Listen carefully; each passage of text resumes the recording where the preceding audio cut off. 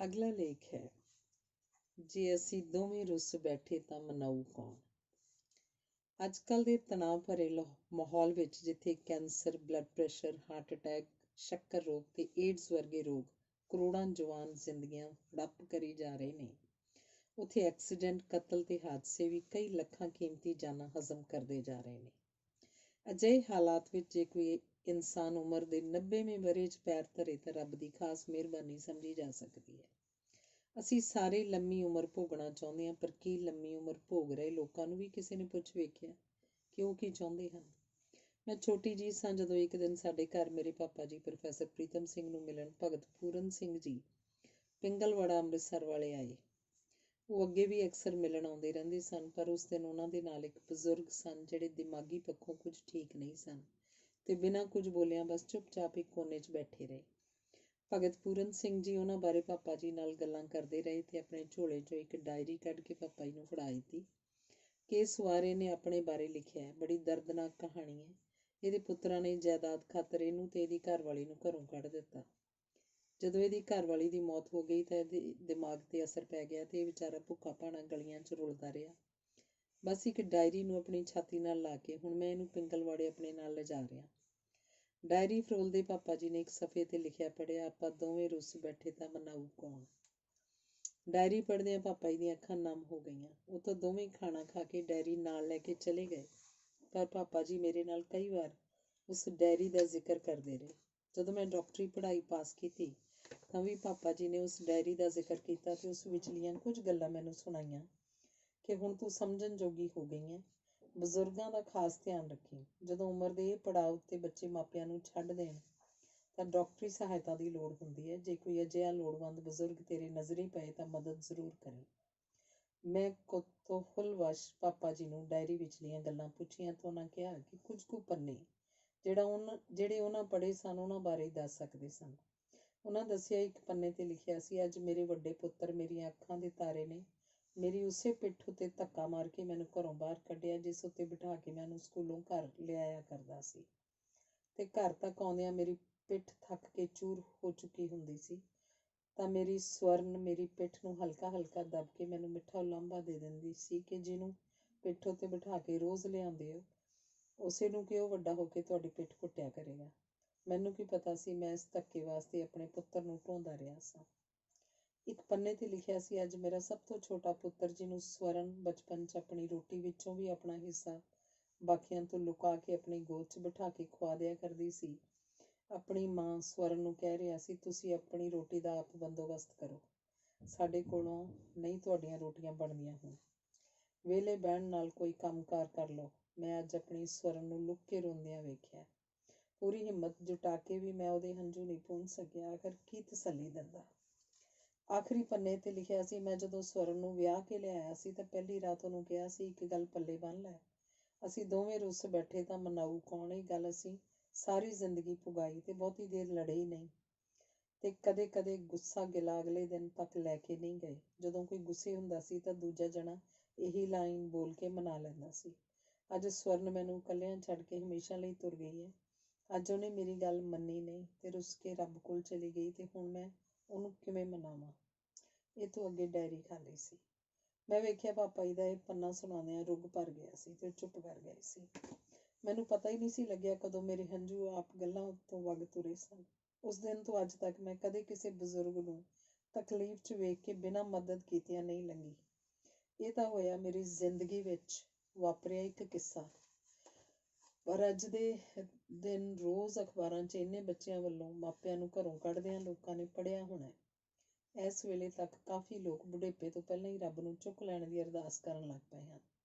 ਸ਼ਾਇਦ ਕਈਆਂ ਨੇ ਇਹ ਖਬਰ ਪੜ੍ਹੀ ਹੋਏਗੀ ਕਿ ਹਿਮਾਚਲ ਪ੍ਰਦੇਸ਼ 'ਚ ਨੌਕਰੀਆਂ ਨਾ ਮਿਲਣ ਕਾਰਨ ਇਸ ਵੇਲੇ ਇੰਨੇ ਜਵਾਨ ਬੱਚੇ ਘਰ ਛੱਡ ਕੇ ਜਾ ਚੁੱਕੇ ਹਨ ਤੇ ਇੰਨੇ ਜ਼ਿਆਦਾ ਹੋਰ ਬਾਹਰ ਜਾਣ ਨੂੰ ਤਿਆਰ ਹਨ ਕਿ ਅਗਲੇ 2 ਸਾਲਾਂ ਬਾਅਦ 50,000 ਮਾਪੇ ਇਕੱਲੇ ਰਹਿ ਜਾਣਗੇ। ਇਹ ਖਬਰ ਕਈਆਂ ਨੇ ਅਣਗੌਲਿਆਂ ਕਰ ਛੱਡੀ ਹੋਏਗੀ ਕਿਉਂਕਿ ਬਹੁਤਿਆਂ ਨੂੰ ਇਹ ਪਤਾ ਹੀ ਨਹੀਂ ਕਿ ਢਲਦੀ ਉਮਰ ਦੀਆਂ ਮੁਸ਼ਕਲਾਂ ਕੀ ਹੁੰਦੀਆਂ ਨੇ।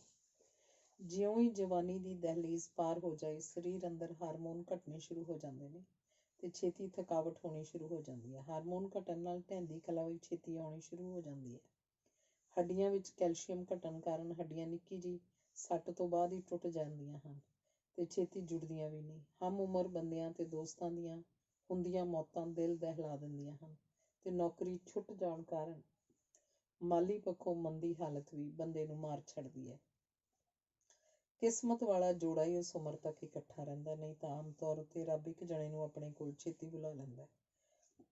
ਸਾਥ ਤੋਂ ਬਗੈਰ ਇਸ ਉਮਰ 'ਚ ਬੰਦਾ ਮਜਬੂਰਨ ਦੂਜਿਆਂ ਦੇ ਵੱਸ ਹੋ ਕੇ ਰਹਿ ਜਾਂਦਾ ਤੇ ਆਪਣੀਆਂ ਦੁੱਖ ਤਕਲੀਫਾਂ ਕਿਸੇ ਨਾਲ ਸਾਂਝੀਆਂ ਕਰ ਹੀ ਨਹੀਂ ਸਕਦਾ।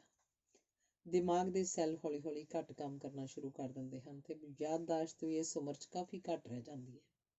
ਚੀਜ਼ਾਂ ਛੇਤੀ ਭੁੱਲ ਜਾਣ ਕਾਰਨ ਬੱਚੇ ਆਮ ਹੀ ਆਪਣੇ ਮਾਪਿਆਂ ਨਾਲ ਇਸ ਉਮਰ 'ਚ ਨਾਰਾਜ਼ਗੀ ਦਿਖਾਉਂਦੇ ਰਹਿੰਦੇ ਹਨ। ਇਸੇ ਲਈ ਬਜ਼ੁਰਗ ਨੂੰ ਇੱਕ ਨਕਾਰਾ ਤੇ ਤਰਸ ਦਾ ਪਾਤਰ ਬਣਾ ਕੇ ਇੱਕ ਬੋਝ ਸਮਝ ਕੇ ਘਰ ਦੇ ਕੋਨੇ 'ਚ ਸੁੱਟ ਦਿੱਤਾ ਜਾਂਦਾ ਹੈ ਜਾਂ ਘਰੋਂ ਬਾਹਰ ਧੱਕ ਦਿੱਤਾ ਜਾਂਦਾ ਹੈ ਤੇ ਉਹਦੀ ਹਰ ਸਲਾਹ ਬੇਲੋੜੀ ਜਾਪਣ ਲੱਗ ਜਾਂਦੀ ਹੈ। ਇਸ ਤਰ੍ਹਾਂ ਦੀ ਤਿਰਸਕਾਰ ਦੀ ਜ਼ਿੰਦਗੀ ਲਈ ਹੀ ਕੀ ਅਸੀਂ ਸਾਰੇ ਲੰਮੀ ਉਮਰ ਭੋਗਣ ਦੇ ਇੱਛੁਕ ਹਾਂ? ਹਰ ਨਵਾਂ ਦਿਨ ਸਾਡੀ ਜ਼ਿੰਦਗੀ ਨੂੰ ਇਸੇ ਉਮਰ ਵੱਲ ਧੱਕ ਰਿਹਾ ਹੁੰਦਾ ਹੈ। ਵਕਫੀ ਖੁਸ਼ੀ, ਖੇੜਿਆਂ ਤੇ ਕੰਮ ਦੇ ਰੁਝੇਵਿਆਂ ਵਿੱਚ ਜਿਨ੍ਹਾਂ ਮਾਪਿਆਂ ਨੂੰ ਅਸੀਂ ਵਿਸਾਰ ਰਹੇ ਹਾਂ, ਇਹ ਕਿਉਂ ਭੁੱਲ ਗਏ ਹਾਂ ਕਿ ਅੱਜ ਜੋ ਕੁਝ ਅਸੀਂ ਹਾਂ ਉਹਨਾਂ ਦੀ ਬਦੌਲਤ ਹੀ ਹਾਂ। ਅਸੀਂ ਇਹ ਵੀ ਅਣਗੌਲਿਆ ਕਰ ਰਹੇ ਹਾਂ ਕਿ ਜੋ ਕੁਝ ਅਸੀਂ ਆਪਣੇ ਮਾਪਿਆਂ ਨਾਲ ਕਰ ਰਹੇ ਹਾਂ ਉਹ ਸਭ ਸਾਡੇ ਬੱਚੇ ਵੇਖ ਰਹੇ ਹਨ ਤੇ ਸਿੱਖ ਰਹੇ ਹਨ ਕਿ ਉਹਨਾਂ ਨੇ ਸਾਡੇ ਨਾਲ ਕਿਹੋ ਜਿਹਾ ਵਤੀਰਾ ਇਸ ਉਮਰ 'ਚ ਕਰਨਾ। ਵੱਡੇ ਸ਼ਹਿਰਾਂ 'ਚ ਇਕੱਲੇ ਰਹਿ ਰਹੇ ਮਾਪਿਆਂ ਦੀ ਇੰਨੀ ਭਰਮਾਰ ਹੋ ਚੁੱਕੀ ਹੈ ਕਿ ਇਹ ਚੋਰਾਂ ਡਾਕੂਆਂ ਲਈ ਇੱਕ ਸੌਖਾ ਨਿਸ਼ਾਨਾ ਬਣ ਕੇ ਰਹਿ ਚੁੱਕੇ ਹਨ। ਜੇ ਸਿਰਫ ਹਿਮਾਚਲ 'ਚ 50,000 ਮਾਪੇ ਇਕੱਲੇ ਰਹਿਣ ਵਾਲੇ ਹਨ ਤਾਂ ਸੌਖਿਆਂ ਹੀ ਅੰਦਾਜ਼ਾ ਲਾਇਆ ਜਾ ਸਕਦਾ ਹੈ ਕਿ ਪੰਜਾਬ 'ਚ ਜਿੱਥੇ ਹਰ ਘਰ ਵਿਚਲਾ ਬੱਚਾ ਕੈਨੇਡਾ ਜਾਂ ਆਸਟ੍ਰੇਲੀਆ ਭੱਜਣ ਨੂੰ ਤਿਆਰ ਬੈਠਾ ਹੈ, ਇੱਥੇ ਉਸ ਤੋਂ ਦੁੱਗਣੇ ਮਾਪੇ ਇਕੱਲੇ ਹੋ ਜਾਣ ਵਾਲੇ ਹਨ। ਇਹ ਪੱਖ ਅਣਗੌਲਿਆ ਕਰਕੇ ਅਸੀਂ ਆਪਣਾ ਆਉਣ ਵਾਲਾ ਬੁਢੇਪਾ ਰੋਲ ਦੇਣ ਲਈ ਤਿਆਰ ਹੋ ਰਹੇ ਹਾਂ, ਇਹ ਸੋਚੇ ਬਗੈਰ ਕਿ ਅਸੀਂ ਉਸ ਉਮਰ 'ਚ ਰੁਲਣਾ ਹੈ ਜਾਂ ਇੱਜ਼ਤ ਨਾਲ ਕਿਸੇ ਛੱਤ ਥੱਲੇ ਰਹਿਣਾ। ਮੈਂ ਆਪਣੀ ਅੱਖੀਂ ਨਿਊਜ਼ੀਲੈਂਡ ਵਿੱਚ ਬਜ਼ੁਰਗ ਘਰ ਵੇਖ ਕੇ ਆਈ ਹਾਂ ਜਿੱਥੇ ਪਹੁੰਚ ਕੇ ਇੰਝ ਜਾਪਦਾ ਸੀ ਜਿਵੇਂ ਸਵਰਗ ਵਿੱਚੋਂ ਗੇੜਾ ਦੇ ਕੇ ਨਿਕਲੀ ਹੋਵਾਂ। ਅਸੀਂ ਪੰਜਾਬ ਵਿੱਚ ਖਰੀਦੋ ਫਰੋਖਤ ਲਈ ਤਾਂ 5 ਮੰਜ਼ਿਲਾ ਇਮਾਰਤਾਂ ਬਣਾ ਦਿੰਦੇ ਹਾਂ, ਸਕੂਲਾਂ ਤੇ ਕਾਲਜਾਂ ਦੀ ਭਰਮਾਰ ਨਾਲ ਅੰਨਾ ਪੈਸਾ ਕਮਾਉਣ ਦਾ ਸਾਧਨ ਬਣਾ ਲੈਂਦੇ ਹਾਂ, ਪਰ ਕੀ ਕਦੀ ਕਿਸੇ ਨੇ ਸੋਚਿਆ ਕਿ ਹਰ ਪਿੰਡ ਜਾਂ ਸ਼ਹਿਰ 'ਚ ਇੱਕ ਪਿਆਰਾ ਜਿਹਾ ਬੁਢੇਪਾ ਘਰ ਵੀ ਜ਼ਰੂਰੀ ਹੈ? ਨਿਊਜ਼ੀਲੈਂਡ 'ਚ ਜਿਹੜਾ ਬੁਢੇਪਾ ਘਰ ਮੈਨੂੰ ਵਿਖਾਇਆ ਗਿਆ ਉਸ ਵਿੱਚ ਲੋਕ ਪਹਿਲਾਂ ਤੋਂ ਹੀ ਆਪਣਾ ਨਾਂ ਦਰਜ ਕਰਵਾ ਛੱਡਦੇ ਹਨ ਕਿ ਜਦੋਂ ਵੀ ਮੈਂ ਉਸ ਉਮਰ 'ਚ ਪਹੁੰਚਿਆ, ਇਕੱਲਾ ਰਹਿ ਗਿਆ ਤਾਂ ਮੈਂ ਇੱਥੇ ਆ ਕੇ ਰਹਿਣਾ ਚਾਹਾਂਗਾ। ਹਰ ਘਰ 'ਚ ਇੱਕ ਰਸੋਈ, ਡਰਾਇੰਗ ਰੂਮ ਜਿਹਦੇ ਕੋਨੇ 'ਚ ਖਾਣੇ ਦੀ ਮੇਜ਼ ਤੇ 4 ਕੁਰਸੀਆਂ, ਇੱਕ ਸਟੋਰ, ਇੱਕ ਮਹਿਮਾਨ ਕਮਰਾ ਤੇ ਇੱਕ ਸੌਣ ਦਾ ਕਮਰਾ ਸੀ। ਹਰ ਘਰ ਖੁੱਲ੍ਹਾ ਤੇ ਹਵਾਦਾਰ ਸੀ ਜਿਹਦੇ ਸਾਰੇ ਕਮਰਿਆਂ ਦੇ ਅੰਦਰ ਸਿਰੇ ਤੋਂ ਸਿਰੇ ਤੱਕ ਕਾਲੀਨ ਵਿਛੇ ਸਨ ਤੇ ਖਿੜਕੀਆਂ ਅੱਗੇ ਖੂਬਸੂਰਤ ਪਰਦੇ ਲਟਕ ਰਹੇ ਸਨ। ਸਾਰਿਆਂ ਘਰਾਂ ਦੇ ਬਾਹਰ ਖੂਬਸੂਰਤ ਫੁੱਲ ਤੇ ਫਲਾਂ ਦੇ ਬੂਟੇ ਤੇ ਘਾਹ ਵਿੱਚ ਬੈਠਣ ਲਈ ਲੋਹੇ ਦੀਆਂ ਆਰਾਮਦੇਹ ਕੁਰਸੀਆਂ ਰੱਖੀਆਂ ਸਨ। ਇੱਕ ਤੋਂ ਦੂਜੇ ਘਰ ਸੈਰ ਕਰਨ ਲਈ ਬਣੀਆਂ ਪਗਡੰਡੀਆਂ ਤੇ ਸਾਰੇ ਘਰਾਂ ਦੇ ਵਿਚਕਾਰ ਇੱਕ ਗਿਰਜਾ ਘਰ ਸੀ ਜਿੱਥੇ ਰੋਜ਼ ਸਾਰੇ ਸਵੇਰੇ ਤੇ ਸ਼ਾਮ ਇਕੱਠੇ ਹੁੰਦੇ ਸਨ। ਜਿਹਨੇ ਆਪਣੀ ਮਰਜ਼ੀ ਦੀ ਰੋਟੀ ਖਾਣੀ ਹੋਵੇ ਉਸ ਲਈ ਰਸੋਈ ਘਰ 'ਚ ਨਿੱਕਾ ਫਰਿੱਜ, ਮਾਈਕ੍ਰੋਵੇਵ, ਭਾਂਡੇ ਧੋਣ ਦੀ ਮਸ਼ੀਨ ਰੱਖੀ ਸੀ। ਜਿਹਦਾ ਦਿਲ ਰੋਟੀ ਆਪ ਬਣਾਉਣ ਨੂੰ ਨਾ ਕਰੇ ਉਸ ਲਈ ਸਾਂਝਾ ਰਸੋਈ ਘਰ ਵੀ ਬਣਿਆ ਸੀ ਜਿੱਥੇ ਜਾ ਕੇ ਵੀ ਰੋਟੀ ਖਾਈ ਜਾ ਸਕਦੀ ਸੀ ਜਾਂ ਫੋਨ ਤੇ ਮੰਗਵਾਈ ਜਾ ਸਕਦੀ ਸੀ। ਕੱਪੜੇ ਧੋਣ ਦੀ ਮਸ਼ੀਨ ਹਰ ਘਰ 'ਚ ਰੱਖੀ ਗਈ ਸੀ। ਹਫ਼ਤੇ 'ਚ 3 ਵਾਰ ਘਰ ਦੀ ਸਫਾਈ ਕਰਨ ਵਾਸਤੇ ਕੁੜੀ ਆਉਂਦੀ ਸੀ ਜੋ ਜਾਲੇ ਲਾ ਕੇ ਝਾੜ ਪੂੰਝ ਕੇ ਚਲੀ ਜਾਂਦੀ ਤੇ ਹਾਲ ਚਾਲ ਵੀ ਪੁੱਛ ਜਾਂਦੀ। ਇੱਕ ਡਾਕਟਰ ਹਫ਼ਤੇ 'ਚ 2 ਵਾਰ ਗੇੜਾ ਕੱਢ ਕੇ ਜਾਂਦਾ ਸੀ ਤੇ ਪੂਰਾ ਚੈੱਕਅਪ ਕਰ ਜਾਂਦਾ ਸੀ।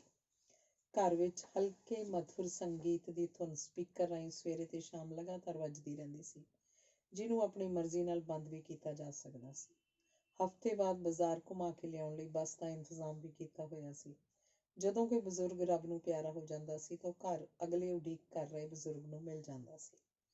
ਇਕੱਲੀਆਂ ਬਜ਼ੁਰਗ ਔਰਤਾਂ ਇੰਨੀਆਂ ਖੁਸ਼ ਫਿਰ ਰਹੀਆਂ ਸਨ ਕਿ ਮੈਨੂੰ ਬਦੋ-ਬਦੀ ਪੰਜਾਬ ਦੀਆਂ ਬਹੁਤੀਆਂ ਬਜ਼ੁਰਗ ਮਾਵਾਂ ਦੀ ਦਸ਼ਾ ਯਾਦ ਆ ਗਈ ਜੋ ਘਰਾਂ 'ਚ ਨੌਕਰਾਣੀਆਂ ਵਾਂਗ ਪੁੱਤਰਾਂ ਨੂੰਹਾਂ ਦੇ ਵੱਸ ਪਈਆਂ ਸਾਰਾ ਦਿਨ ਰਸੋਈ 'ਚ ਜਾਂ ਪੋਤਰੇ ਪੋਤਰੀਆਂ ਦੀ ਸੇਵਾ 'ਚ ਲੱਗੀਆਂ ਰਹਿੰਦੀਆਂ ਸਨ।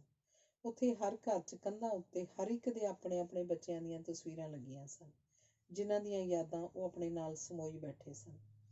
ਹਰ ਸ਼ਨਿਚਰਵਾਰ ਕਿਸੇ ਨਾ ਕਿਸੇ ਸਕੂਲ ਦੇ ਨਿੱਕੇ ਬੱਚੇ ਉਹਨਾਂ ਬਜ਼ੁਰਗਾਂ ਨੂੰ ਮਿਲਣ ਲਈ ਆਉਂਦੇ ਸਨ ਤੇ ਢੇਰ ਸਾਰੇ ਫੁੱਲ ਦੇ ਜਾਂਦੇ ਸਨ ਜਿਸ ਨਾਲ ਘਰ ਵਿੱਚ ਰੌਣਕ ਹੋ ਜਾਂਦੀ ਸੀ ਤੇ ਘਰ ਖੇੜੇ ਨਾਲ ਭਰ ਜਾਂਦਾ ਸੀ ਜਿਹਦੀ ਮਹਿਕ ਹਫ਼ਤਾ ਭਰ ਰਹਿੰਦੀ ਸੀ।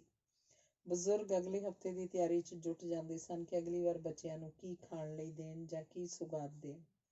ਮੇਰਾ ਤਾਂ ਇੱਕ ਵਾਰ ਚਿੱਤ ਕੀਤਾ ਕਿ ਉੱਥੇ ਹੀ ਵਸ ਜਾਵਾਂ, ਪਰ ਇਸ ਉਮੀਦ ਵਿੱਚ ਵਾਪਸੀ ਵੱਲ ਤੁਰੀ ਕਿ ਮੇਰੇ ਆਪਣੇ ਪੰਜਾਬ, ਮੇਰੀ ਧਰਤੀ ਉੱਤੇ ਅਜਿਹੇ ਸਵਰਗ ਦਾ ਸੁਪਨਾ ਕੌਣ ਲੈ ਕੇ ਜਾਏਗਾ?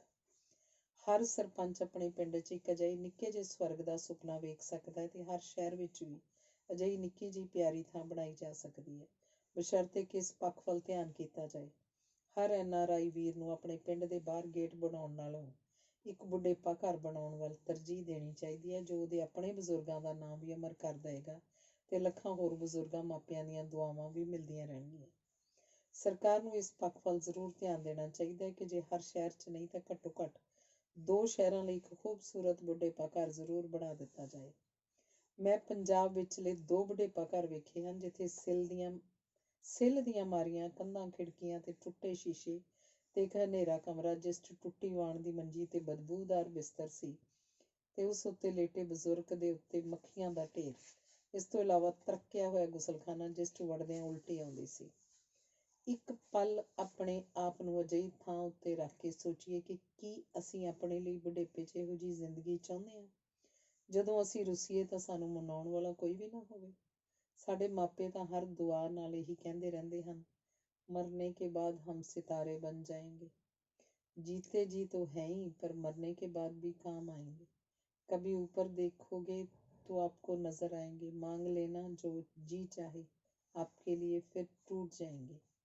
ਇਹ ਮਸਲਾ ਮੇਰੀ ਇਕੱਲੇ ਦੀ ਆਵਾਜ਼ ਨਾਲ ਹੱਲ ਨਹੀਂ ਹੋਣ ਲੱਗਾ, ਬਲਕਿ ਅਸੀਂ ਸਭ ਨੇ ਰਲ ਕੇ ਇਸ ਪਾਸੇ ਵੱਲ ਸੋਚਣਾ ਤਾਂ ਜੋ ਆਪਣੇ ਕੱਲ੍ਹ ਨੂੰ ਅਸੀਂ ਸੁਰੱਖਿਅਤ ਕਰ ਸਕੀਏ ਤੇ ਆਪਣੀ ਜ਼ਿੰਦਗੀ 'ਚ ਇੱਕ ਸਾਰਥਕ ਕਦਮ ਪੁੱਟ ਸਕੀਏ। ਜੇ ਮੈਂ ਅੱਜ ਕਿਸੇ ਵੀ ਮੁਕਾਮ 'ਤੇ ਪਹੁੰਚ ਸਕੀ ਹਾਂ ਤਾਂ ਇਹ ਮੇਰੇ ਬਜ਼ੁਰਗ ਮਾਪਿਆਂ ਦੀਆਂ ਅਸੀਸਾਂ ਦਾ ਹੀ ਨਤੀਜਾ ਹੈ।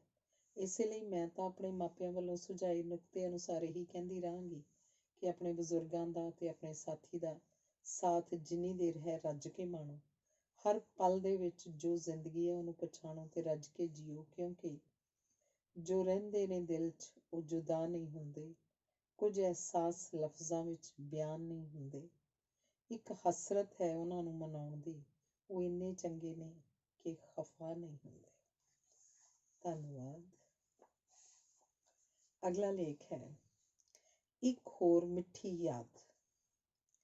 ਇਹ ਸਾਡੇ ਹੱਥ ਵਿੱਚ ਨਹੀਂ ਅਸੀਂ ਕਿੱਥੇ ਜਨਮ ਲੈਣਾ, ਇਹਨੂੰ ਤਾਂ ਕਿਸਮਤ ਹੀ ਕਿਹਾ ਜਾ ਸਕਦਾ ਹੈ। ਕਿਸ ਤਰ੍ਹਾਂ ਦੇ ਟੱਬਰ 'ਚ ਅਸੀਂ ਪੈਦਾ ਹੋਏ, ਅੱਗੋਂ ਆਪੋ ਆਪਣੀ ਮਿਹਨਤ ਕਿ ਉਸੇ ਮਾਹੌਲ ਵਿੱਚ ਕੋਈ ਕੁਝ ਵੀ ਨਹੀਂ ਬਣਦਾ ਤੇ ਕੋਈ ਸਿਖਰਾਂ ਛੂਹ ਲੈਂਦਾ। ਜਿਸ ਟੱਬਰ 'ਚ ਮੇਰਾ ਜਨਮ ਹੋਇਆ ਉੱਥੇ ਵਿਦਵਤਾ ਦਾ ਕਾਰਖਾਨਾ ਪਿੱਛੋਂ ਹੀ ਬਣ ਕੇ ਨਹੀਂ ਸੀ ਆਇਆ। ਹੱਡ ਭੰਨਵੀਂ ਮਿਹਨਤ ਨਾਲ ਹੀ ਸਾਰਾ ਕੁਝ ਸਿਰੇ ਚੜ੍ਹਿਆ ਸੀ। ਮੇਰੇ ਪਾਪਾ ਜੀ ਕਿਹਾ ਕਰਦੇ ਸਨ ਕਿ ਗਰੀਬੀ ਹਿੰਦੁਸਤਾਨ 'ਚ ਕਰੋੜਾਂ ਜੰਮੇ ਬੱਚਿਆਂ ਨੂੰ ਗੁੜਤੀ 'ਚ ਮਿਲੀ ਪਹਿਲੀ ਦਾਤ ਹੁੰਦੀ ਹੈ। ਇਸੇ ਗਰੀਬੀ ਦੇ ਚਿੱਕੜ 'ਚ ਫਸੇ ਰਹਿਣ ਕਾਰਨ ਬਹੁ ਗਿਣਤੀ ਜਿਉਂਦੇ ਹੋਣ ਦੇ ਬਾਵਜੂਦ ਜਿਉਣ ਜੋਗੇ ਨਹੀਂ ਕਹਾਏ ਜਾਂਦੇ। ਇਸ ਗਰੀਬੀ ਦਾ ਪਹਿਲਾ ਹਮਲਾ ਹੁੰਦਾ ਹੈ ਬੰਦੇ ਦੇ ਸਵੈਮਾਨ ਉੱਤੇ, ਜੋ ਉਹਦੀ ਅੰਦਰਲੀ ਮੈਂ ਤੇ ਇਨਸਾਨ ਹੋਣ ਦੇ ਅਹਿਸਾਸ ਉੱਤੇ ਠੂੰਗਾ ਮਾਰ ਦਿੰਦਾ ਹੈ। ਇਹੀ ਕਾਰਨ ਹੈ ਕਿ ਕਰੋੜਾਂ ਲੋਕ ਆਪਣੇ ਹੀ ਵਰਗੇ ਹੋਰ ਇਨਸਾਨਾਂ ਅੱਗੇ ਹੱਥ ਅੱਡ ਕੇ ਲੇਲੜੀਆਂ ਕੱਢਦੇ ਇਸ ਵਿਗੜੇ ਹੋਏ ਸਮਾਜਿਕ ਤੇ ਰਾਜਸੀ ਤਾਣੇ ਬਾਣੇ 'ਚ ਵਿਚਰ ਕੇ ਆਪਣੀ ਇਸ ਇਨਸਾਨੀ ਜੂਨ ਦਾ ਸਫ਼ਰ ਖਤਮ ਕਰ ਜਾਂਦੇ ਹਨ। ਇਸੇ ਗਰੀਬੀ ਦੀ ਕੁਠਾਲੀ ਵਿੱਚੋਂ ਪੱਕ ਕੇ ਨਿਕਲੇ ਫੌਲਾਦ ਸਨ ਪ੍ਰੋਫੈਸਰ ਪ੍ਰੀਤਮ ਸਿੰਘ ਜੀ। ਬਚਪਨ ਤੋਂ ਹੀ ਉਹਨਾਂ ਨੇ ਅੱਤ ਦੀ ਗਰੀਬੀ ਹੰਢਾਈ ਸੀ। ਉਹਨਾਂ ਨੂੰ ਕਦੇ ਵੀ ਇਹ ਦੱਸਦਿਆਂ ਸ਼ਰਮ ਨਹੀਂ ਸੀ ਆਈ ਕਿ ਕਿਵੇਂ ਜੰਗਲ 'ਚੋਂ ਸੁੱਕੀਆਂ ਲੱਕੜਾਂ ਇਕੱਠੀਆਂ ਕਰਕੇ ਲਿਆ ਕੇ ਆਪਣੀ ਮਾਂ ਨੂੰ ਦਿੰਦੇ ਸਨ ਕਿ ਘਰ ਅੱਗ ਬਲੇ ਤੇ ਲੂਣ ਨਾਲ ਖਾਣ ਲਈ ਰੋਟੀ ਬਣ ਸਕੇ। ਬਾਹਰੋਂ ਜਦੋਂ ਕਦੇ ਚਲਾਈ ਜਾਂ ਕੁਲਫੇ ਦਾ ਜੰਗਲੀ ਉੱਗਿਆ ਸਾਗ ਲੱਭ ਜਾਂਦਾ ਤਾਂ ਉਸ ਦਿਨ ਖੁਸ਼ੀ ਦਾ ਦਿਨ ਹੁੰਦਾ। ਉਹਨਾਂ ਦੇ ਘਰ ਤੋਂ ਥੋੜ੍ਹੀ ਦੂਰ ਬਦਬੂਦਾਰ ਗੰਦਾ ਨਾਲਾ ਹੁੰਦਾ ਸੀ, ਜਿਹਦੇ ਕੰਢੇ ਉੱਤੇ ਕਈ ਤਰ੍ਹਾਂ ਦੇ ਬੂਟੇ ਉੱਗੇ ਮਿਲਦੇ ਸੀ। ਇਹਨਾਂ ਵਿੱਚੋਂ ਹੀ ਸੁੱਕੇ ਹੋਏ ਬੂਟੇ ਆਪਣੀ ਮੰਮੀ ਯਾਨੀ ਮੇਰੀ ਦਾਦੀ ਜੀ ਤੇ ਆਪਣੇ ਛੋਟੇ ਭਰਾ ਨਾਲ ਲਾਹ ਕੇ ਘੜੀਸਦੇ ਘਰ ਲੈ ਜਾਂਦੇ ਤੇ ਵਧੀਆ ਬਾਲਣ ਵਾਂਗ ਵਰਤ ਲੈਂਦੇ। ਕਦੇ ਕਦੇ ਜਿਸ ਦਿਨ 3-4 ਖੁੰਬਾਂ ਵੀ ਉੱਥੇ ਲੱਗੀਆਂ ਲੱਭ ਜਾਂਦੀਆਂ ਤਾਂ ਉਸ ਦਿਨ ਤਾਂ ਮੌਜਾਂ ਲੱਗ ਜਾਂਦੀਆਂ।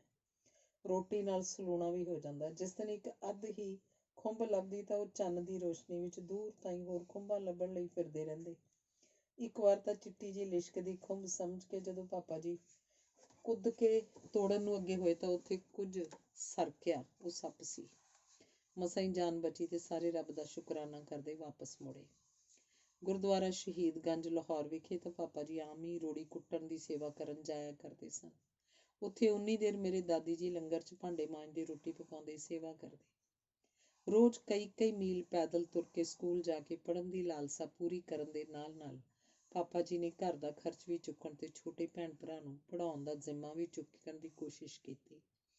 4 ਆਨੇ ਮਹੀਨੇ ਦੀ ਤਨਖਾਹ ਉੱਤੇ ਛੋਟੀ ਜਿਹੀ ਕਿਤਾਬਾਂ ਵਾਲੀ ਦੁਕਾਨ 'ਚ ਨੌਕਰੀ ਵੀ ਕਰਦੇ ਰਹੇ ਤੇ ਉੱਥੇ ਉਹਨਾਂ ਨੂੰ ਹੋਰ ਕਿਤਾਬਾਂ ਪੜ੍ਹਨ ਤੋਂ ਬਹੁਤ ਕੁਝ ਸਿੱਖਣ ਦਾ ਮੌਕਾ ਵੀ ਮਿਲ ਗਿਆ। ਭਾਵੇਂ ਪਾਪਾ ਜੀ ਨੇ ਅੱਤ ਦਰਜੇ ਦੀ ਗਰੀਬੀ ਹੰਢਾਈ, ਫਿਰ ਵੀ ਉਹ ਖੁੱਲ੍ਹੇ ਦਿਲ ਵਾਲੇ ਇਨਸਾਨ ਸਨ। ਉਹਨਾਂ ਨੇ ਕਦੇ ਕਿਸੇ ਅੱਗੇ ਹੱਥ ਨਹੀਂ ਅੱਡਿਆ, ਪਰ ਆਪਣਾ ਹੱਕ ਮੰਗਣ 'ਚ ਵੀ ਕਦੇ ਸੰਕੋਚ ਨਹੀਂ ਕੀਤਾ। ਜਦੋਂ ਮਾੜੇ ਮੋਟੇ ਹਾਲਾਤ ਚੰਗੇ ਹੋਏ ਤਾਂ ਲੋੜਵੰਦਾਂ ਦੀ ਮਦਦ ਲਈ ਹਮੇਸ਼ਾ ਤਿਆਰ ਹੀ ਮਿਲੇ। ਜਿਹੜੀ ਕਮਾਲ ਦੀ ਗੱਲ ਹੈ ਉਹ ਇਹ ਹੈ ਕਿ ਜਦੋਂ ਇਨਸਾਨ ਦੀ ਚੜ੍ਹਤ ਹੋਵੇ ਤਾਂ ਹੈਂਕੜ ਚੋਰੀ ਛੁਪੇ ਝਟਪਟ ਇਨਸਾਨ ਅੰਦਰ ਵੜ ਜਾਂਦੀ ਹੈ।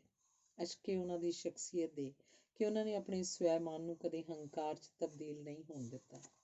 ਉਹਨਾਂ ਦੇ ਸੁਭਾਅ ਦੀ ਸਾਦਗੀ ਤੇ ਆਪਣੇ ਗਰੀਬ ਪਿਛੋਕੜ ਨਾ ਲੁਕਾਉਣ ਦੀ ਆਦਤ ਨੇ ਉਹਨਾਂ ਨੂੰ ਸਵੈਮਾਨ ਤੇ ਹੰਕਾਰ ਵਿਚਲੇ ਫਰਕ ਬਾਰੇ ਨਿਰਣਾ ਕਰ ਸਕਣ ਵਾਲੀ ਇੱਕ ਆਦਰਸ਼ ਸ਼ਖਸੀਅਤ ਬਣਾ ਦਿੱਤਾ ਸੀ।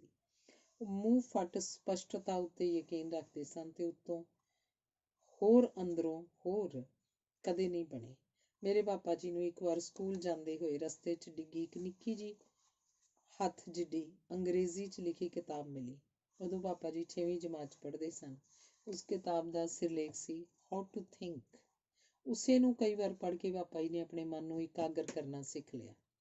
ਉਹਦਾ ਅਸਰ ਜ਼ਿੰਦਗੀ ਭਰ ਰਿਹਾ ਤੇ ਆਖਰੀ ਸਾਹ ਤੱਕ ਜਦੋਂ ਲਿਖਣ ਜਾਂ ਪੜ੍ਹਨ ਵਿੱਚ ਮਗਨ ਹੁੰਦੇ ਸੀ ਤਾਂ ਉਹਨਾਂ ਨੂੰ ਨਾ ਕਿਸੇ ਵੱਲੋਂ ਮਾਰੀ ਆਵਾਜ਼ ਸੁਣਦੀ ਸੀ, ਨਾ ਟੀਵੀ ਤੇ ਰੇਡੀਓ ਦਾ ਸੰਗ ਪਾੜ ਕੇ ਚੀਕਣਾ। ਘਰ ਅੰਦਰ ਜਾਂ ਗਲੀ 'ਚ ਵੱਜਦੇ ਢੋਲ ਜਾਂ ਘਰ 'ਚ ਹੋਈ ਮੌਤ ਤੱਕ ਉਹਨਾਂ ਦੀ ਵਿਚਾਰ ਸ਼ੰਖਲਾ ਨੂੰ ਭੰਗ ਨਹੀਂ ਸੀ ਕਰ ਸਕੀ। ਕਮਾਲ ਦੀ ਗੱਲ ਤਾਂ ਇਹ ਸੀ ਕਿ 11 ਸਾਲ ਦੀ ਉਮਰ ਵਿੱਚ ਸਿੱਖੇ ਇਸ ਸਬਕ ਸਦਕਾ ਆਪਣੇ ਲਿਖੇ ਹੋਏ ਅੱਧੇ ਫਿਕਰੇ ਨੂੰ ਵੀ ਅਗਲੇ ਦਿਨ, ਅਗਲੇ ਹਫ਼ਤੇ ਜਾਂ ਅਗਲੇ ਮਹੀਨੇ, ਇੱਥੋਂ ਤੱਕ ਕਿ ਸਾਲ ਬਾਅਦ ਵੀ ਉੱਥੋਂ ਹੀ ਦੁਬਾਰਾ ਅੱਗੇ ਲਿਖਣਾ ਸ਼ੁਰੂ ਕਰ ਸਕਦੇ ਸਨ। ਅਗਲਾ ਲੇਖ ਹੈ ਪਾਪਾ ਜੀ ਦੀ ਬਾਬਾ ਫਰੀਦ ਜੀ ਬਾਰੇ ਖੋਜ। ਮੇਰੇ ਪਾਪਾ ਜੀ ਪ੍ਰੋਫੈਸਰ ਪ੍ਰੀਤਮ ਸਿੰਘ ਜੀ ਨੇ ਆਪਣੀ ਜ਼ਿੰਦਗੀ ਦੇ 60 ਸਾਲਾਂ ਦੀ ਅਣਥੱਕ ਮਿਹਨਤ ਨਾਲ ਬਾਬਾ ਫਰੀਦ ਜੀ ਬਾਰੇ ਇੱਕ ਮਹਾਨ ਕੋਸ਼ ਤਿਆਰ ਕੀਤਾ, ਜਿਸ ਵਿੱਚ ਦੁਰਲੱਭ ਛਪੇ ਹੋਏ ਫਾਰਸੀ ਗ੍ਰੰਥਾਂ, ਪੁਰਾਤਨ ਹੱਥ ਲਿਖਤਾਂ ਤੇ ਪੰਜਾਬੀ ਖਰੜਿਆਂ ਦਾ ਨਿਚੋੜ ਹੈ। ਇਸ ਮਹਾਨ ਕੋਸ਼ ਦਾ ਨਾਂ ਹੈ ਸ੍ਰੀ ਗੁਰੂ ਗ੍ਰੰਥ ਸਾਹਿਬ ਵਾਲੇ ਸ਼ੇਖ ਫਰੀਦ ਦੀ ਭਾਲ। ਜ਼ਾਹਿਰ ਹੈ ਲਗਾਤਾਰ ਇੰਨੀ ਖੋਜ ਕਰਦੇ ਰਹਿਣ ਕਾਰਨ ਕੁਝ ਨਾ ਕੁਝ ਜ਼ਿਕਰ ਇਸ ਬਾਰੇ ਮੇਰੇ ਨਾਲ ਵੀ ਉਹਨਾਂ ਕਰਨਾ ਹੁੰਦਾ ਸੀ। ਪਾਪਾ ਜੀ ਦੱਸਦੇ ਸਨ ਕਿ ਉਹਨਾਂ ਦੇ ਸਵਰਗਵਾਸੀ ਨਾਨੀ ਜੀ ਤੇ ਮਾਸੀ ਜੀ ਬਾਬਾ ਫਰੀਦ ਜੀ ਦੀ ਦਰਗਾਹ ਦੇ ਪੂਰਬ ਵੱਲ ਬੀਬੀਆਂ ਦੇ ਮਜ਼ਾਰਾਂ ਵਾਲੇ ਪਾਸੇ ਦਫਨਾਏ ਗਏ ਹੋਏ ਹਨ।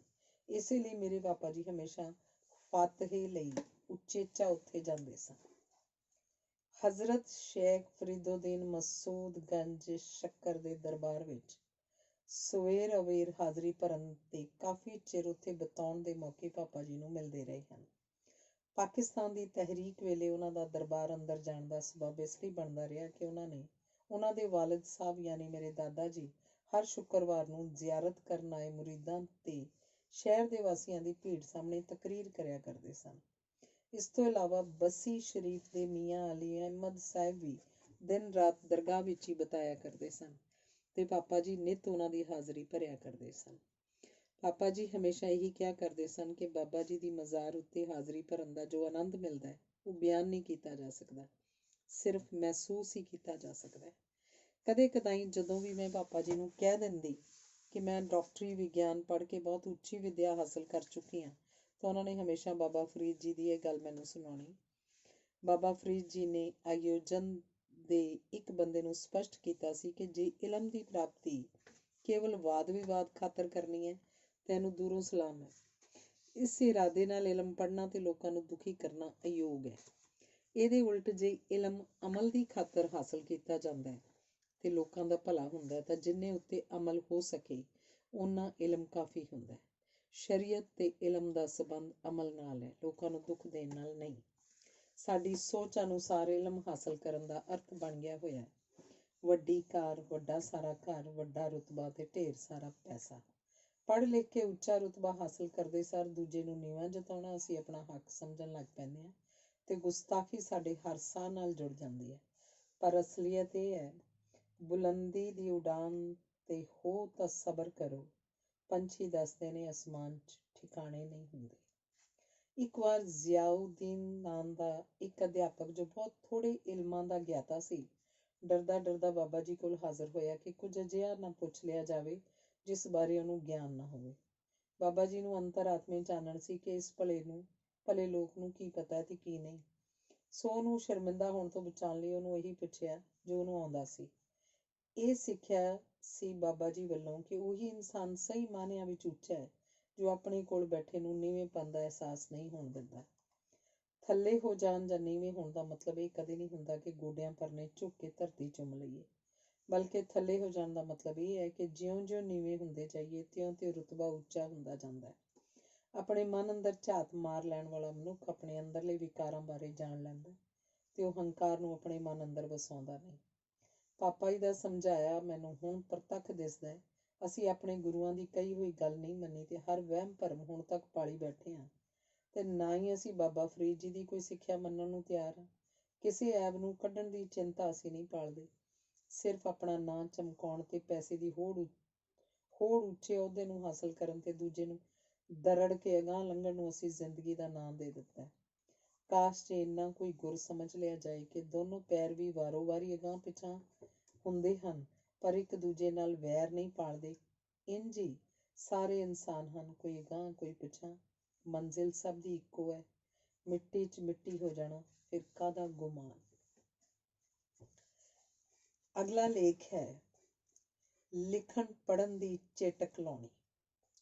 ਮੇਰੇ ਪਾਪਾ ਜੀ ਪ੍ਰੋਫੈਸਰ ਪ੍ਰੀਤਮ ਸਿੰਘ ਜੀ ਨੂੰ ਹਰ ਕਿਸੇ ਨੂੰ ਪੜ੍ਹਨ ਦੀ ਚੇਟਕ ਲਾਉਣ ਦਾ ਸਲੀਕਾ ਆਉਂਦਾ ਸੀ।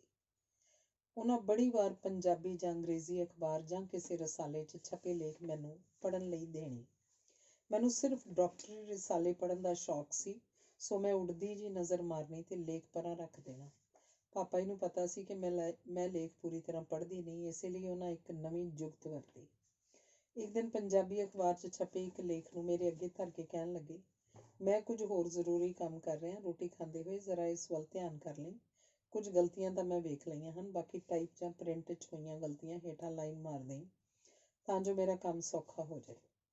ਅਖਬਾਰ ਉੱਤੇ ਪੈਨ ਰੱਖ ਕੇ ਉਹ ਆਪਣੇ ਕਮਰੇ 'ਚ ਵਾਪਸ ਚਲੇ ਗਏ। ਪਾਪਾ ਜੀ ਦਾ ਕੰਮ ਸਮਝ ਕੇ ਕਰਦੇ ਹੋਏ ਮੈਂ ਅੱਖਰ ਧਿਆਨ ਨਾਲ ਚੈੱਕ ਕਰਨਾ ਸ਼ੁਰੂ ਕੀਤਾ। ਦਰਅਸਲ ਇਨਸਾਨੀ ਦਿਮਾਗ ਹੈ ਹੀ ਇੰਝ ਦਾ, ਕਿਸੇ ਹੋਰ 'ਚ ਨੁਕਸ ਕੱਢਣਾ ਜਾਂ ਉਣਤਾਈਆਂ ਲੱਭਣ ਨਾਲ ਬੰਦਾ ਖੁਸ਼ੀ ਮਹਿਸੂਸ ਕਰਦਾ ਹੈ। ਜਾਣੇ ਅਣਜਾਣੇ ਇਨਸਾਨੀ ਦਿਮਾਗ ਉਣਤਾਈਆਂ ਕੱਢਣ ਨਾਲ ਇੰਝ ਮਹਿਸੂਸ ਕਰਦਾ ਜਿਵੇਂ ਕੁਝ ਹਾਸਲ ਕਰ ਲਿਆ ਹੋਵੇ। ਇਸੇ ਲਈ ਅਸੀਂ ਹਰ ਚੀਜ਼ ਵਿੱਚੋਂ ਝੱਟ ਨੁਕਸ ਕੱਢ ਲੈਂਦੇ ਹਾਂ। ਦੂਜੇ ਪਾਸੇ ਤਾਰੀਫ ਕਰਨ ਲਈ ਦਿਮਾਗ ਵਿੱਚ ਹੋ ਰਹੀ ਉਥਲ-ਪੁਥਲ ਨੂੰ ਦੱਬ ਕੇ ਆਪਣੀ ਅੰਦਰਲੀ ਮੈਂ ਨੂੰ ਸਹਿਲਾ ਕੇ ਸ਼ਾਂਤ ਕਰਕੇ ਫਿਰ ਹੀ ਸਿਫਤ ਕੀਤੀ ਜਾ ਸਕਦੀ ਹੈ। ਜੇ ਸਿਫਤ ਸਿਰਫ ਉੱਪਰੋਂ ਹੀ ਕੀਤੀ ਗਈ ਹੋਵੇ ਤਾਂ ਤਾਰੀਫ ਕਰਦੇ ਸਾਰ ਜਿਉਂ ਹੀ ਬੰਦਾ ਪਰਾਂ ਹੋਏ ਰੱਜ ਕੇ ਉਸੇ ਬੰਦੇ ਨੂੰ ਭੰਡ ਦਿੱਤਾ ਜਾਂਦਾ ਹੈ ਤਾਂ ਜੋ ਤਾਰੀਫ ਕਰਨ ਵੇਲੇ ਜੀਭ ਉੱਤੇ ਆਈ ਕੁੜੱਤਣ ਮਿਠਾਸ 'ਚ ਤਬਦੀਲ ਹੋ ਜਾਏ। ਇਸ ਨੁਕਤੇ ਬਾਰੇ ਪਾਪਾ ਜੀ ਨੂੰ ਪੂਰੀ ਸਮਝ ਸੀ, ਇਸੇ ਲਈ ਉਹਨਾਂ ਨੇ ਮੇਰੇ ਉੱਤੇ ਇਹ ਅਜ਼ਮਾਇਆ। ਮੈਂ ਪੂਰੀ ਨਿੱਠ ਕੇ ਗਲਤੀਆਂ ਲੱਭਣ ਬਹਿ ਗਈ। ਪੂਰੀਆਂ ਲਾਈਨਾਂ ਧਿਆਨ ਨਾਲ ਪੜ੍ਹੇ ਬਗੈਰ ਸਿਰਫ ਅੱਖਰਾਂ ਤੇ ਸ਼ਬਦਾਂ ਵੱਲ ਧਿਆਨ ਕੀਤਾ ਤੇ ਟਾਈਪ ਹੋਈਆਂ ਕੁਝ ਗਲਤੀਆਂ ਹੇਠਾਂ ਮੈਂ ਲਾਈਨਾਂ ਮਾਰ ਦਿੱਤੀਆਂ। ਮੈਨੂੰ ਇੰਨੇ ਕੰਮ 'ਚ 20 ਕੁ ਮਿੰਟ ਲੱਗ ਗਏ, ਪਰ ਤਸੱਲੀ ਮਹਿਸੂਸ ਹੋਈ ਕਿ ਮੈਂ ਕਿਸੇ ਹੋਰ ਮਾਹਿਰ ਦੇ ਛਪੇ ਲੇਖ ਵਿੱਚੋਂ ਵੀ ਪੰਜਾਬੀ ਜ਼ਬਾਨ ਦੀ ਵੱਡੀ ਡਿਗਰੀ ਨਾ ਹੁੰਦੇ ਹੋਏ ਗਲਤੀਆਂ ਕੱਢ ਲਈਆਂ। ਪਾਪਾ ਜੀ ਨੇ ਅਖਬਾਰ ਉੱਤੇ ਸਰਸਰੀ ਨਜ਼ਰ ਮਾਰ ਕੇ ਮੈਨੂੰ ਫਿਰ ਪੁੱਛਿਆ, ਕੁਝ ਸਤਰਾਂ ਵੀ ਸਹੀ ਨਹੀਂ ਸਨ, ਉਹਨਾਂ ਬਾਰੇ ਕੌਣ ਦੱਸੇਗਾ? ਸਤਰਾਂ ਪੜ੍ਹਨ ਲਈ ਪੂਰਾ ਲੇਖ ਧਿਆਨ ਨਾਲ ਪੜ੍ਹਨਾ ਪੈਣਾ ਸੀ। ਅੱਧਾ ਕੰਮ ਮੈਂ ਕਰੀ ਬੈਠੀ ਸੀ, ਸੋ ਇੱਕ ਵਾਰ ਫਿਰ ਪੂਰਾ ਲੇਖ ਸਿਰੇ ਤੋਂ ਸਿਰੇ ਤੱਕ ਪੜ੍ਹਿਆ। ਕੋਈ ਸਤਰ ਮੈਨੂੰ ਗਲਤ ਜਾਪੀ ਨਹੀਂ। ਮੈਂ ਉਂਝ ਹੀ ਅਖਬਾਰ ਪਾਪਾ ਜੀ ਨੂੰ ਵਾਪਸ ਕਰ ਦਿੱਤੀ। ਉਹਨਾਂ 2 ਕੁ ਸਵਾਲ ਪੁੱਛ ਕੇ ਤਸੱਲੀ ਕਰ ਲਈ ਕਿ ਮੈਂ ਵਾਕਈ ਲੇਖ ਪੂਰਾ ਪੜ੍ਹਿਆ ਹੋਇਆ ਸੀ। ਫਿਰ 2 ਸਤਰਾਂ ਹੇਠ ਲਾਈਨਾਂ ਮਾਰ ਕੇ ਮੈਨੂੰ ਦੱਸਿਆ ਕਿ ਇੰਝ ਨਹੀਂ ਸੀ ਹੋਣੀਆਂ ਚਾਹੀਦੀਆਂ, ਬਲਕਿ ਹੋਰ ਤਰੀਕੇ ਲਿਖਣ ਦੀ ਲੋੜ ਸੀ। ਉਹਨਾਂ ਦੀ ਦੱਸੀ ਗੱਲ ਮੈਨੂੰ ਸਹੀ ਜਾਪੀ ਕਿ ਵਾਕਈ ਥੋੜ੍ਹੀ ਜਿਹੀ ਹੇਰ-ਫੇਰ ਨਾਲ ਲਾਈਨ ਦੇ ਅਰਥ ਪ੍ਰਭਾਵਸ਼ਾਲੀ ਹੋ ਗਏ ਸਨ। 2-3 ਦਿਨ ਬਾਅਦ ਫਿਰ ਇੰਝ ਹੀ ਇੱਕ ਹੋਰ ਲੇਖ ਸੋਧਣ ਲਈ ਦੇ ਦਿੱਤਾ। ਮੈਨੂੰ ਗਲਤੀਆਂ ਕੱਢ ਕੇ ਮਜ਼ਾ ਆਉਣ ਲੱਗ ਪਿਆ। ਉਦੋਂ ਮੈਨੂੰ ਕੋਈ ਪਤਾ ਨਹੀਂ ਲੱਗਿਆ ਕਿ ਪਾਪਾ ਜੀ ਮੈਨੂੰ ਸਾਹਿਤ ਪੜ੍ਹਨ ਦੀ ਚੇਟਕ ਲਾ ਰਹੇ ਸਨ। ਇੱਕ ਦਿਨ ਅਚਾਨਕ ਖਾਣਾ ਖਾਣ ਲੱਗਿਆਂ ਕਹਿਣ ਲੱਗੇ, ਬੱਲਿਆ ਮਾੜੀ ਗੱਲ ਹੈ, ਤੂੰ ਸਿਰਫ ਦੂਜਿਆਂ ਦੇ ਲਿਖੇ ਵਿੱਚ ਨੁਕਸ ਕੱਢੀ ਜਾਂਦੀ ਹੈ। ਆਪ ਲਿਖ ਕੇ ਵਿਖਾ ਕਿ ਤੂੰ ਕਿੰਝ ਦਾ ਲਿਖ ਸਕਦੀ ਹੈ। ਵੇਖਾਂ ਤੈਨੂੰ ਕਿਵੇਂ ਦਾ ਲੱਗਦਾ ਜਦੋਂ ਕੋਈ ਹੋਰ ਤੇਰੀ ਲਿਖਤ ਵਿੱਚੋਂ ਗਲਤੀਆਂ ਕੱਢਦਾ ਹੈ। ਮੈਂ ਕੜਿੱਕੀ 'ਚ ਫਸ ਗਈ ਸੀ, ਨਿਕਲਣਾ ਔਖਾ ਹੋ ਗਿਆ ਸੀ। ਅਖੀਰ ਲਿਖਣਾ ਪਿਆ। ਮੈਨੂੰ ਆਪਣੇ ਲਿਖੇ ਵਿੱਚੋਂ ਗਲਤੀਆਂ ਕੱਢੇ ਜਾਣ ਉੱਤੇ ਮਾੜਾ ਲੱਗਿਆ ਤੇ ਸ਼ਰਮਿੰਦਗੀ ਮਹਿਸੂਸ ਹੋਈ। ਪਾਪਾ ਜੀ ਨੇ ਇੱਕ ਦਿਨ ਸਮਝਾਇਆ, ਸ਼ੁਕਰ ਕਰਿਆ ਕਰ ਕਿ ਕੋਈ ਸਹੀ ਸੇਧ ਦੇਣ ਵਾਲਾ ਹੈ ਤੇ ਝੋਲੀ ਚੁੱਕਾਂ ਤੋਂ ਬਚੀ ਹੋਈ ਹੈ। ਜਿੱਤਣ ਵਾਲੇ ਕਿਹਾ ਕਰਦੇ ਹਨ, ਮੁਸ਼ਕਿਲ ਕੰਮ ਹੈ ਪਰ ਨਾਮੁਮਕਿਨ ਨਹੀਂ।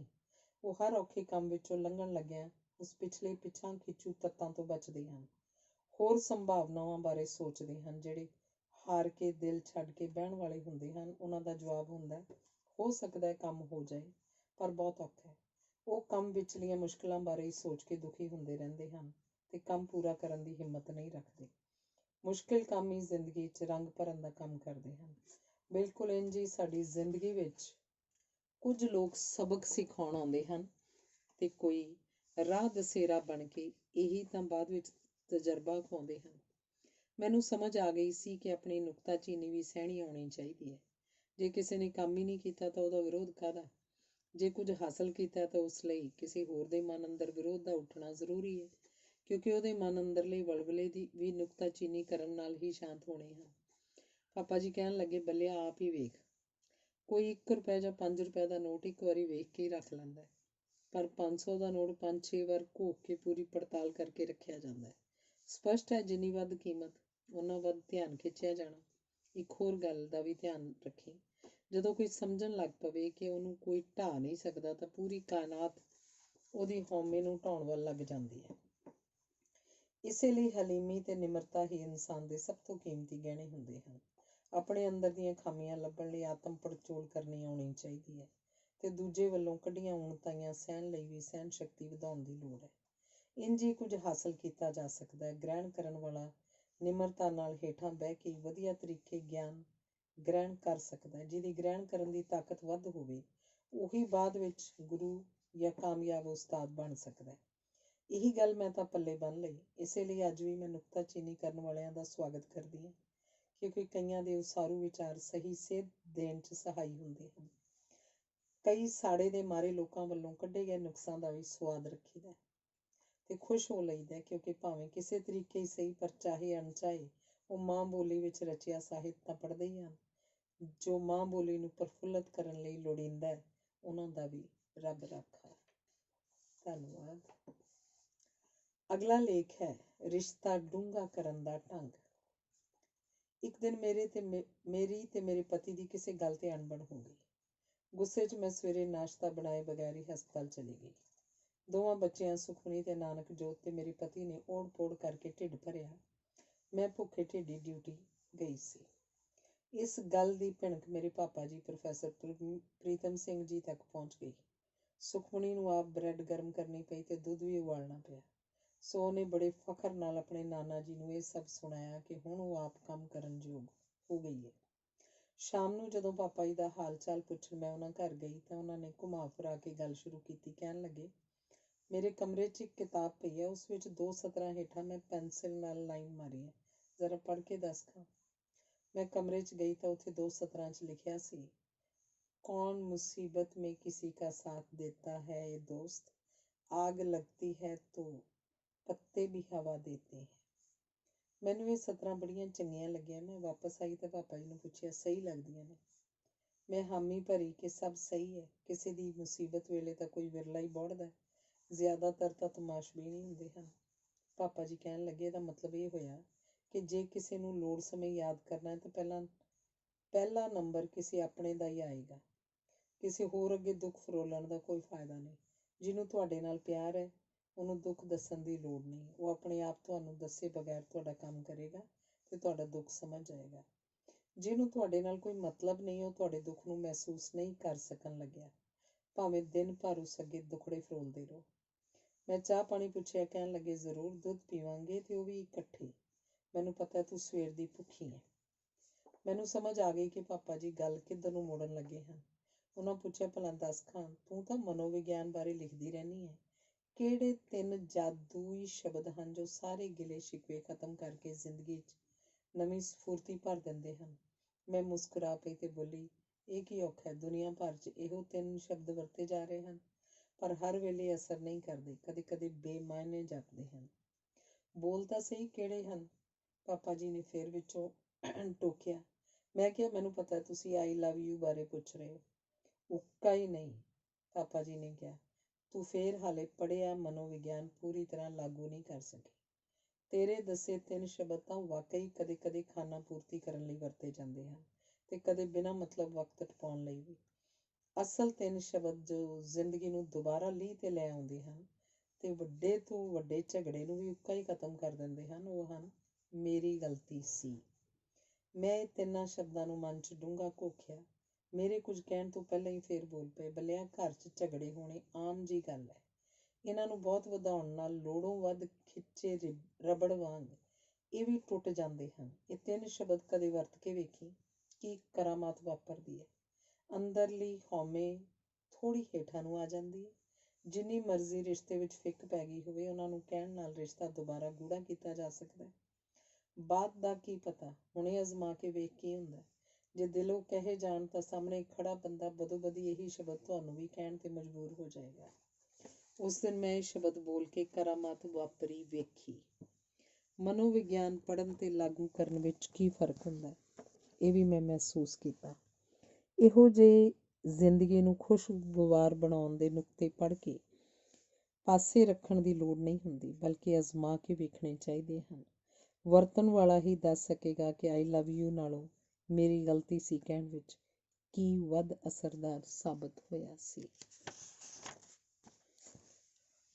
ਅਗਲਾ ਲੇਖ ਹੈ ਪਾਪਾ ਜੀ ਦਾ ਜ਼ਿੰਦਗੀ ਪ੍ਰਤੀ ਨਜ਼ਰੀਆ। ਮੈਂ ਕਈ ਵਾਰ ਦੱਸ ਚੁੱਕੀ ਹਾਂ ਕਿ ਆਪਣੇ ਪਾਪਾ ਜੀ ਪ੍ਰੋਫੈਸਰ ਪ੍ਰੀਤਮ ਸਿੰਘ ਜੀ ਵੱਲੋਂ ਮਿਲੀ ਬਾਰ-ਬਾਰ ਹੱਲਾਸ਼ੇਰੀ ਸਦਕਾ ਹੀ ਮੈਂ ਲਿਖਣਾ ਸ਼ੁਰੂ ਕੀਤਾ ਸੀ। ਮੈਨੂੰ ਪਾਪਾ ਜੀ ਨੇ ਸਿਰਫ ਮਾਂ ਬੋਲੀ 'ਚ ਲਿਖਣ ਦੀ ਹੀ ਪ੍ਰੇਰਨਾ ਦਿੱਤੀ ਸੀ, ਪਰ ਨਾਲ ਹੀ ਇਹ ਵੀ ਸਪਸ਼ਟ ਕਰ ਦਿੱਤਾ ਸੀ ਕਿ ਕਿਸੇ ਥਾਂ ਉੱਤੇ ਮੇਰਾ ਲੇਖ ਛਪਾਉਣ ਲਈ ਜ਼ਿੰਦਗੀ ਭਰ ਸਿਫਾਰਿਸ਼ ਨਹੀਂ ਕਰਨਗੇ। ਮੇਰੀ ਲਿਖਤ 'ਚ ਸ਼ਾਇਦ ਦਮ ਹੀ ਨਹੀਂ ਹੋਣਾ ਜਾਂ ਮੇਰੇ ਨਾਂ ਤੋਂ ਕੋਈ ਵਾਕਫ ਨਹੀਂ ਸੀ। ਇਸੇ ਕਰਕੇ ਸ਼ੁਰੂ ਦੇ 6 ਮਹੀਨੇ ਲਗਾਤਾਰ ਵੱਖੋ ਵੱਖਰੀਆਂ ਅਖਬਾਰਾਂ 'ਚ ਛਪਣ ਲਈ ਲੇਖ ਭੇਜੇ ਜਾਣ ਦੇ ਬਾਵਜੂਦ ਕਿਸੇ ਨੇ ਮੇਰੇ ਲੇਖ ਨਹੀਂ ਛਾਪੇ। ਅਖੀਰ ਇੱਕ ਦਿਨ ਮੈਂ 2 ਟੁਕ ਫੈਸਲਾ ਪਾਪਾ ਜੀ ਨੂੰ ਸੁਣਾ ਦਿੱਤਾ ਕਿ ਮੈਂ ਹੁਣ ਸਿਰਫ ਤੇ ਸਿਰਫ ਡਾਕਟਰੀ ਕਰਨੀ ਹੈ। ਲਿਖਣ ਲਿਖਾਉਣ 'ਚ ਕੁਝ ਨਹੀਂ ਰੱਖਿਆ। ਇੱਥੇ ਸਿਰਫ ਸਿਫਾਰਸ਼ੀ ਛਪਦੇ ਹਨ। ਮੈਂ ਹੋਰ ਲਿਖਣ ਵਿੱਚ ਵਕਤ ਬਰਬਾਦ ਨਹੀਂ ਕਰਨਾ। ਉਹ ਕੁਝ ਨਹੀਂ ਬੋਲੇ, ਬਸ ਚੁੱਪ-ਚਾਪ ਆਪਣਾ ਲਿਖਣ ਪੜ੍ਹਨ ਦਾ ਕੰਮ ਕਰਦੇ ਰਹੇ। ਅਗਲੇ ਦਿਨ ਹਸਪਤਾਲੋਂ ਮੁੜ ਕੇ ਮੈਂ ਚਾਈਂ ਪਾਪਾ ਜੀ ਦੇ ਘਰ ਇਹ ਦੱਸਣ ਗਈ ਕਿ ਕਿਵੇਂ ਐਮਰਜੈਂਸੀ 'ਚ ਬਿਲਕੁਲ ਮਰਨ ਕਿਨਾਰੇ ਪਹੁੰਚਿਆ ਬੱਚਾ ਅਸੀਂ ਪੂਰੀ ਮਿਹਨਤ ਕਰਕੇ ਬਚਾ ਲਿਆ। ਪਾਪਾ ਜੀ ਨੇ ਸ਼ਾਬਾਸ਼ੀ ਦਿੱਤੀ ਤੇ ਬਾਹਰ ਦਰਵਾਜ਼ੇ ਤੱਕ ਜਦੋਂ ਮੈਨੂੰ ਛੱਡਣ ਆਏ ਤਾਂ ਦੋਵੇਂ ਹੱਥ ਅਸਮਾਨ ਵੱਲ ਕਰਕੇ ਮੂੰਹ ਤੇ ਧੁੱਪ ਪੈਣ ਤੋਂ ਰੋਕਣ ਦੀ ਕੋਸ਼ਿਸ਼ ਕਰਨ ਲੱਗੇ। ਮੈਂ ਕਿਹਾ ਕਿ ਤੁਸੀਂ ਅੰਦਰ ਚਲੇ ਜਾਓ, ਤੁਹਾਨੂੰ ਧੁੱਪ ਲੱਗ ਰਹੀ ਹੈ। ਕਹਿਣ ਲੱਗੇ ਨਹੀਂ, ਮੈਂ ਤਾਂ ਸੂਰਜ ਦੀ ਸਾਰੀ ਰੌਸ਼ਨੀ ਨੂੰ ਕੱਜਣ ਦੀ ਕੋਸ਼ਿਸ਼ ਕਰ ਰਿਹਾ। ਮੈਨੂੰ ਗੱਲ ਸਮਝ ਨਹੀਂ ਆਈ। ਮੈਂ ਜਵਾਬ ਦਿੱਤਾ, ਇਹ ਕੀ ਗੱਲ ਹੋਈ? ਆਪਣੇ ਉੱਤੇ ਪੈਂਦੀ ਧੁੱਪ ਵੀ ਤੁਸੀਂ ਪੂਰੀ ਤਰ੍ਹਾਂ ਨਹੀਂ ਰੋਕ ਸਕਦੇ ਤੇ ਉਹਦੀ ਪੂਰੀ ਰੌਸ਼ਨੀ ਕਿਵੇਂ ਕੱਜ ਲਓਗੇ? ਚੱਲ ਫਿਰ ਤੂੰ ਵੀ ਮੇਰੇ ਨਾਲ ਰਲ ਜਾ, ਆਪਾਂ ਦੋਵਾਂ ਦੇ ਹੱਥਾਂ ਨਾਲ ਤਾਂ ਫਰਕ ਜ਼ਰੂਰ ਪਏਗਾ। ਪਾਪਾ ਜੀ ਬੋਲੇ, ਆਪਾਂ ਦੋਵੇਂ ਤਾਂ ਕੀ ਪੂਰੀ ਦੁਨੀਆ ਦੇ ਇਨਸਾਨ ਵੀ ਹੱਥ ਜੋੜ ਲੈਣ ਤਾਂ ਵੀ ਇਸ ਰੌਸ਼ਨੀ ਨੂੰ ਚੁਫੇਰੇ ਫੈਲਣ ਤੋਂ ਨਹੀਂ ਰੋਕਿਆ ਜਾ ਸਕਦਾ। ਮੈਂ ਫਿਰ ਬੋਲ ਪਈ, ਬੱਲਿਆ ਤੂੰ ਆਪ ਹੀ ਕੱਲ ਕੁਝ ਅਜਿਹੀ ਗੱਲ ਕਰਕੇ ਗਈ ਸੀ, ਮੈਂ ਤਾਂ ਸਿਰਫ ਉਸੇ ਚੀਜ਼ ਨੂੰ ਕਰਕੇ ਵਿਖਾ ਰਿਹਾ। ਪਾਪਾ ਜੀ ਬੋਲੇ, ਮੇਰੀਆਂ ਸਵਾਲੀਆ ਨਜ਼ਰਾਂ ਤੱਕ ਕੇ ਕਹਿਣ ਲੱਗੇ, ਸਿਰਫ ਲੇਖ ਨਾ ਛਪਣ ਪਿੱਛੇ ਤੂੰ ਕਸੂਰ ਕਿਸੇ ਹੋਰ ਦਾ ਕੱਢ ਕੇ ਗਲਤ ਫੈਸਲਾ ਵੀ ਕਰ ਲਿਆ। ਪਹਿਲਾਂ ਆਪ ਸੂਰਜ ਬਣਨਾ ਪੈਂਦਾ, ਫਿਰ ਰਿਸ਼ਮਾਂ ਕੱਢਣੀਆਂ ਪੈਂਦੀਆਂ। ਜਦੋਂ ਰਿਸ਼ਮਾਂ ਨਿਕਲਣੀਆਂ ਸ਼ੁਰੂ ਹੋ ਜਾਣ ਤਾਂ ਚੁਫੇਰੇ ਚਾਨਣ ਆਪੇ ਹੀ ਹੋ ਜਾਂਦਾ ਹੈ। ਉਸ ਵੇਲੇ ਕੋਈ ਇੱਕਾ ਦੁੱਕਾ ਪੂਰਾ ਜ਼ੋਰ ਲਾ ਵੀ ਲਵੇ, ਆਪਣੇ ਉੱਤੇ ਪੈਂਦੀਆਂ ਰਿਸ਼ਮਾਂ ਭਾਵੇਂ ਰੋਕ ਲਵੇ, ਪਰ ਚੁਫੇਰੇ ਫੈਲ ਰਹੀ ਰੌਸ਼ਨੀ ਕਿਵੇਂ ਕਾਬੂ ਕਰ ਸਕਦਾ ਹੈ? ਹੀਰਾ ਵੀ ਤਰਾਸ਼ਣ ਤੋਂ ਬਾਅਦ ਹੀ ਲਿਸ਼ਕਣਾ ਸ਼ੁਰੂ ਕਰਦਾ। ਤੂੰ ਲਿਖਦੀ ਰਹੇਂਗੀ, ਹੌਲੀ ਹੌਲੀ ਤਰਾਸ਼ੀ ਜਾਏਂਗੀ, ਰਿਸ਼ਮਾਂ ਕੱਢੇਂਗੀ ਤਾਂ ਆਪੇ ਹੀ ਉਹ ਰੌਸ਼ਨੀ ਦਿਸਣ ਲੱਗ ਪੈਣੀ ਹੈ। ਇਹ ਚੀਜ਼ਾਂ ਸਿਫਾਰਿਸ਼ ਨਾਲ ਨਹੀਂ ਹੁੰਦੀਆਂ। ਸਾਰੀਆਂ ਅਖਬਾਰਾਂ ਸਿਫਾਰਸ਼ੀ ਛਾਪਦੀਆਂ ਹਨ। ਇਹੋ ਜਿਹੀਆਂ ਗੱਲਾਂ ਹਾਰੇ ਹੋਏ ਇਨਸਾਨ ਕਰਦੇ ਹਨ। ਜੇ ਇਸ ਤਰ੍ਹਾਂ ਹਰ ਜਣਾ ਕਰਨ ਲੱਗ ਪਵੇ ਤਾਂ ਡਿਜ਼ਨੀ ਦੇ ਬਣਾਏ ਕਾਰਟੂਨਾਂ ਨੂੰ ਵੀ ਸ਼ੁਰੂ 'ਚ ਕਈ ਅਖਬਾਰਾਂ ਦੇ ਸੰਪਾਦਕਾਂ ਨੇ ਛਾਪਣ ਤੋਂ ਇਨਕਾਰ ਕਰ ਦਿੱਤਾ ਸੀ ਕਿ ਉਹਦੇ ਕਾਰਟੂਨ ਛਾਪਣ ਯੋਗ ਹੀ ਨਹੀਂ। ਫਿਰ ਭਲਾ ਕੀ ਉਹਨੇ ਆਪਣਾ ਕੰਮ ਛੱਡ ਦਿੱਤਾ ਸੀ? ਉਹਦੀ ਲਗਨ ਨੇ ਉਹਦੇ ਚੂਹੇ ਬਿੱਲੀ ਦੇ ਕਾਰਟੂਨਾਂ ਨੂੰ ਸੰਸਾਰ ਪ੍ਰਸਿੱਧ ਕਰ ਦਿੱਤਾ। ਗੱਲ ਮੈਨੂੰ ਪੂਰੀ ਤਰ੍ਹਾਂ ਸਮਝ ਆ ਗਈ ਸੀ। ਸ਼ਰਮਿੰਦਗੀ ਦੀ ਮਾਰੀ ਮੈਂ ਅੱਗੋਂ ਬੋਲਣ ਜੋਗੀ ਨਹੀਂ ਸੀ ਰਹੀ। ਬਸ ਇੰਨਾ ਹੀ ਕਹਿ ਸਕੀ ਕਿ ਮੈਂ ਲਿਖਣਾ ਨਹੀਂ ਛੱਡਾਂਗੀ ਤੇ ਮਿਹਨਤ ਕਰਦੀ ਰਹਾਂਗੀ। ਮੈਨੂੰ ਗੱਲ ਨਾਲ ਲਾ ਕੇ ਕਹਿਣ ਲੱਗੇ, ਬੱਲਿਆ ਅਜੇ ਤੱਕ ਕੋਈ ਜੰਦਰਾ ਚਾਬੀ ਤੋਂ ਬਗੈਰ ਨਹੀਂ ਬਣਿਆ। ਇੰਝ ਹੀ ਹਰ ਮੁਸ਼ਕਲ ਦਾ ਹੱਲ ਲੱਭਿਆ ਜਾ ਸਕਦਾ। ਚਾਬੀ ਹੁੰਦੀ ਹੈ ਆਪਣੀ ਅੰਦਰਲੀ ਲਗਨ ਤੇ ਹਿੰਮਤ। ਵੇਖ ਲੈ ਇਬਰਾਹਿਮ ਲਿੰਕਨ ਨੂੰ, ਉਹ ਵਪਾਰ ਵਿੱਚ ਵੀ ਅਸਫਲ ਹੋਇਆ, ਚੋਣਾਂ ਵੀ ਕਈ ਵਾਰ ਹਾਰਦਾ ਰਿਹਾ, ਪਰ ਫਿਰ ਵੀ ਡਟਿਆ ਰਿਹਾ ਤੇ ਅਖੀਰ ਅਮਰੀਕਾ ਦਾ ਰਾਸ਼ਟਰਪਤੀ ਬਣ ਗਿਆ। ਸੋ ਇਨਸਾਨ ਦਾ ਕੰਮ ਹੈ ਆਪਣੀ ਮਿਹਨਤ ਵੱਲ ਧਿਆਨ ਦੇਣਾ। ਉਹ ਰੰਗ ਜ਼ਰੂਰ ਵਿਖਾਉਂਦੀ ਹੈ। ਆਪਣੇ ਕੰਮ ਨੂੰ ਉਦੋਂ ਤੱਕ ਤਰਾਸ਼ੋ ਜਦੋਂ ਤੱਕ ਉਸ ਚੋਂ ਰਿਸ਼ਮਾਂ ਨਿਕਲ ਕੇ ਦੂਜੇ ਉੱਤੇ ਨਹੀਂ ਪੈ ਜਾਂਦੀਆਂ। ਬਸ ਫਿਰ ਕਿਸੇ ਸਿਫਾਰਿਸ਼ ਦੀ ਲੋੜ ਨਹੀਂ ਰਹਿੰਦੀ। ਲੋਕ ਆਪੇ ਉਸ ਰੌਸ਼ਨੀ ਵੱਲ ਨਿਗਾਹ ਟਿਕਾ ਲੈਂਦੇ ਹਨ। ਉਸ ਦਿਨ ਤੋਂ ਬਾਅਦ ਮੈਂ ਦੁਬਾਰਾ ਕਦੇ ਅਜਿਹੀ ਹਿਮਾਕਤ ਨਹੀਂ ਕੀਤੀ ਤੇ ਸਿਰਫ ਲਗਨ ਨਾਲ ਕੰਮ ਕਰਨ ਦਾ ਯਤਨ ਹੀ ਕੀਤਾ, ਫਲ ਦੀ ਇੱਛਾ ਕੀਤੇ ਬਗੈਰ। ਉਹਨਾਂ ਦਾ ਜ਼ਿੰਦਗੀ ਪ੍ਰਤੀ ਅਪਣਾਇਆ ਨਜ਼ਰੀਆ ਇੱਕ ਰਾਹ ਦਸੇਰਾ ਸੀ। ਹੁਣ ਤਾਂ ਮੈਂ ਵੀ ਆਪਣੇ ਬੱਚਿਆਂ ਨੂੰ ਇਹੀ ਸਿਖਾ ਰਹੀ ਹਾਂ। ਜ਼ਿੰਦਗੀ ਸਾਹਮਣੇ ਖੜੀ ਇੱਕ ਚੁਣੌਤੀ ਹੈ ਤੇ ਰਾਹ ਸੰਘਰਸ਼ ਭਰਿਆ ਹੈ।